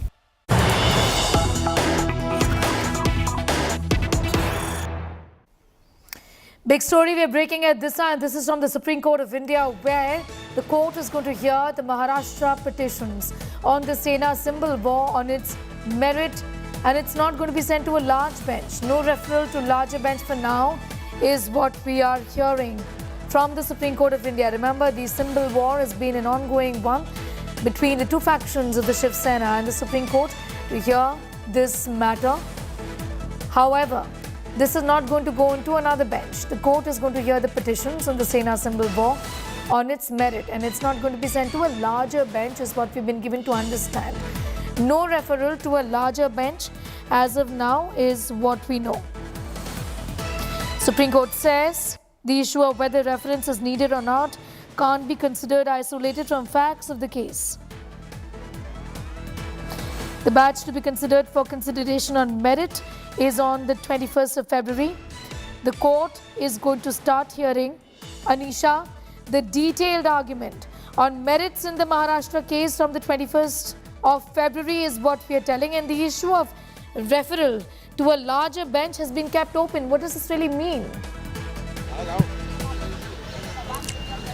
Well, Sneha, at the moment what it means is that all the issues in Maharashtra politics will now be considered by the Supreme Court. The apex court has very clearly said that we cannot consider the legal issue in isolation. We need to see the ramifications and the impact of what has happened in the Nabam Rabia case to the real politics of Maharashtra. And this is a comment that they had made yesterday as well, that there are issues of real politics involved, that there are, when we talk about, and this is something that Mr. Sibal, Mr.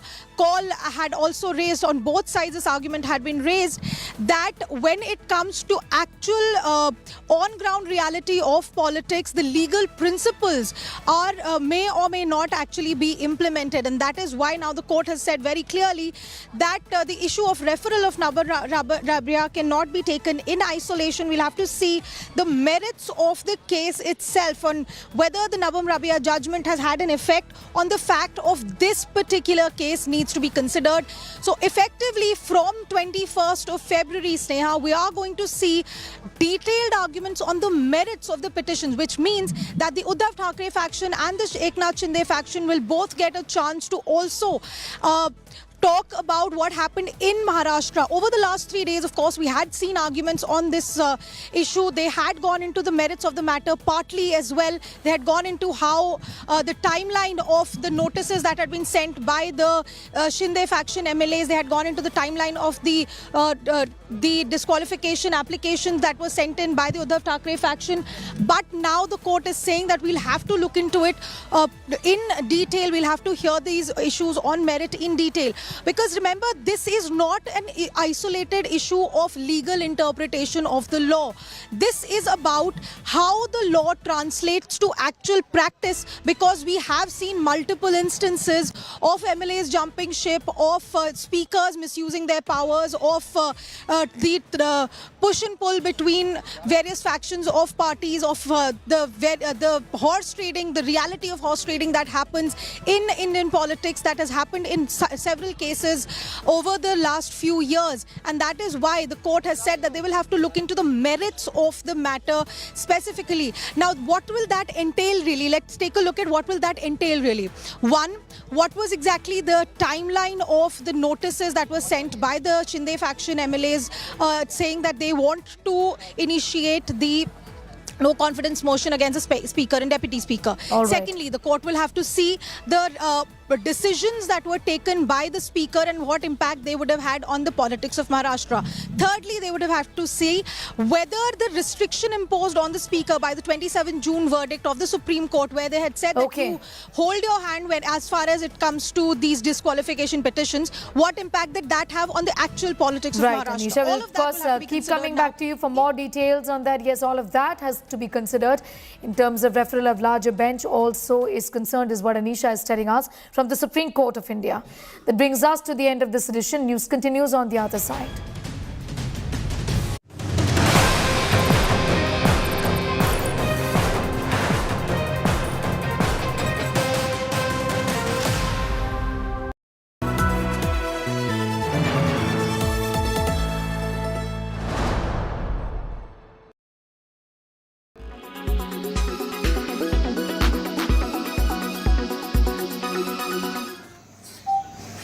Tragedies can either break you or make you.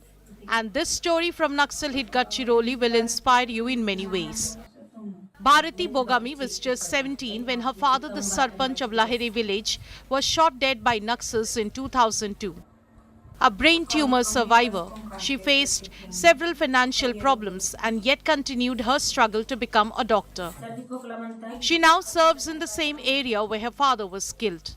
मैं सोच रही थी अब तो पापा चले गए, आज ये सब होने के बाद अगर यही मेरा फ्यूचर, अगर मैं पेपर ना दूं तो आगे कैसे बढ़ूं? मेरे पापा की एक ख्वाहिश थी कि मुझे बचपन से मुझे बोलते थे नर्स, बोलते थे डॉक्टर, बोलते थे, ऐसे मुझे अच्छा लगता था। पढ़ाई पूरी होने के बाद मैंने सोच लिया या तो सब सिटी में रहकर सब लोगों को तो डॉक्टर है, लेकिन मेरे गाँव को मेरे लोगों की बहुत ज़रूरत है। मेरे दिल में ऐसे कुछ तो भी चुभन सी लग रही थी कि अपने गाँव जाके मैं सेवा दूँ, इसीलिए फिर मैं रिटर्न आ गई।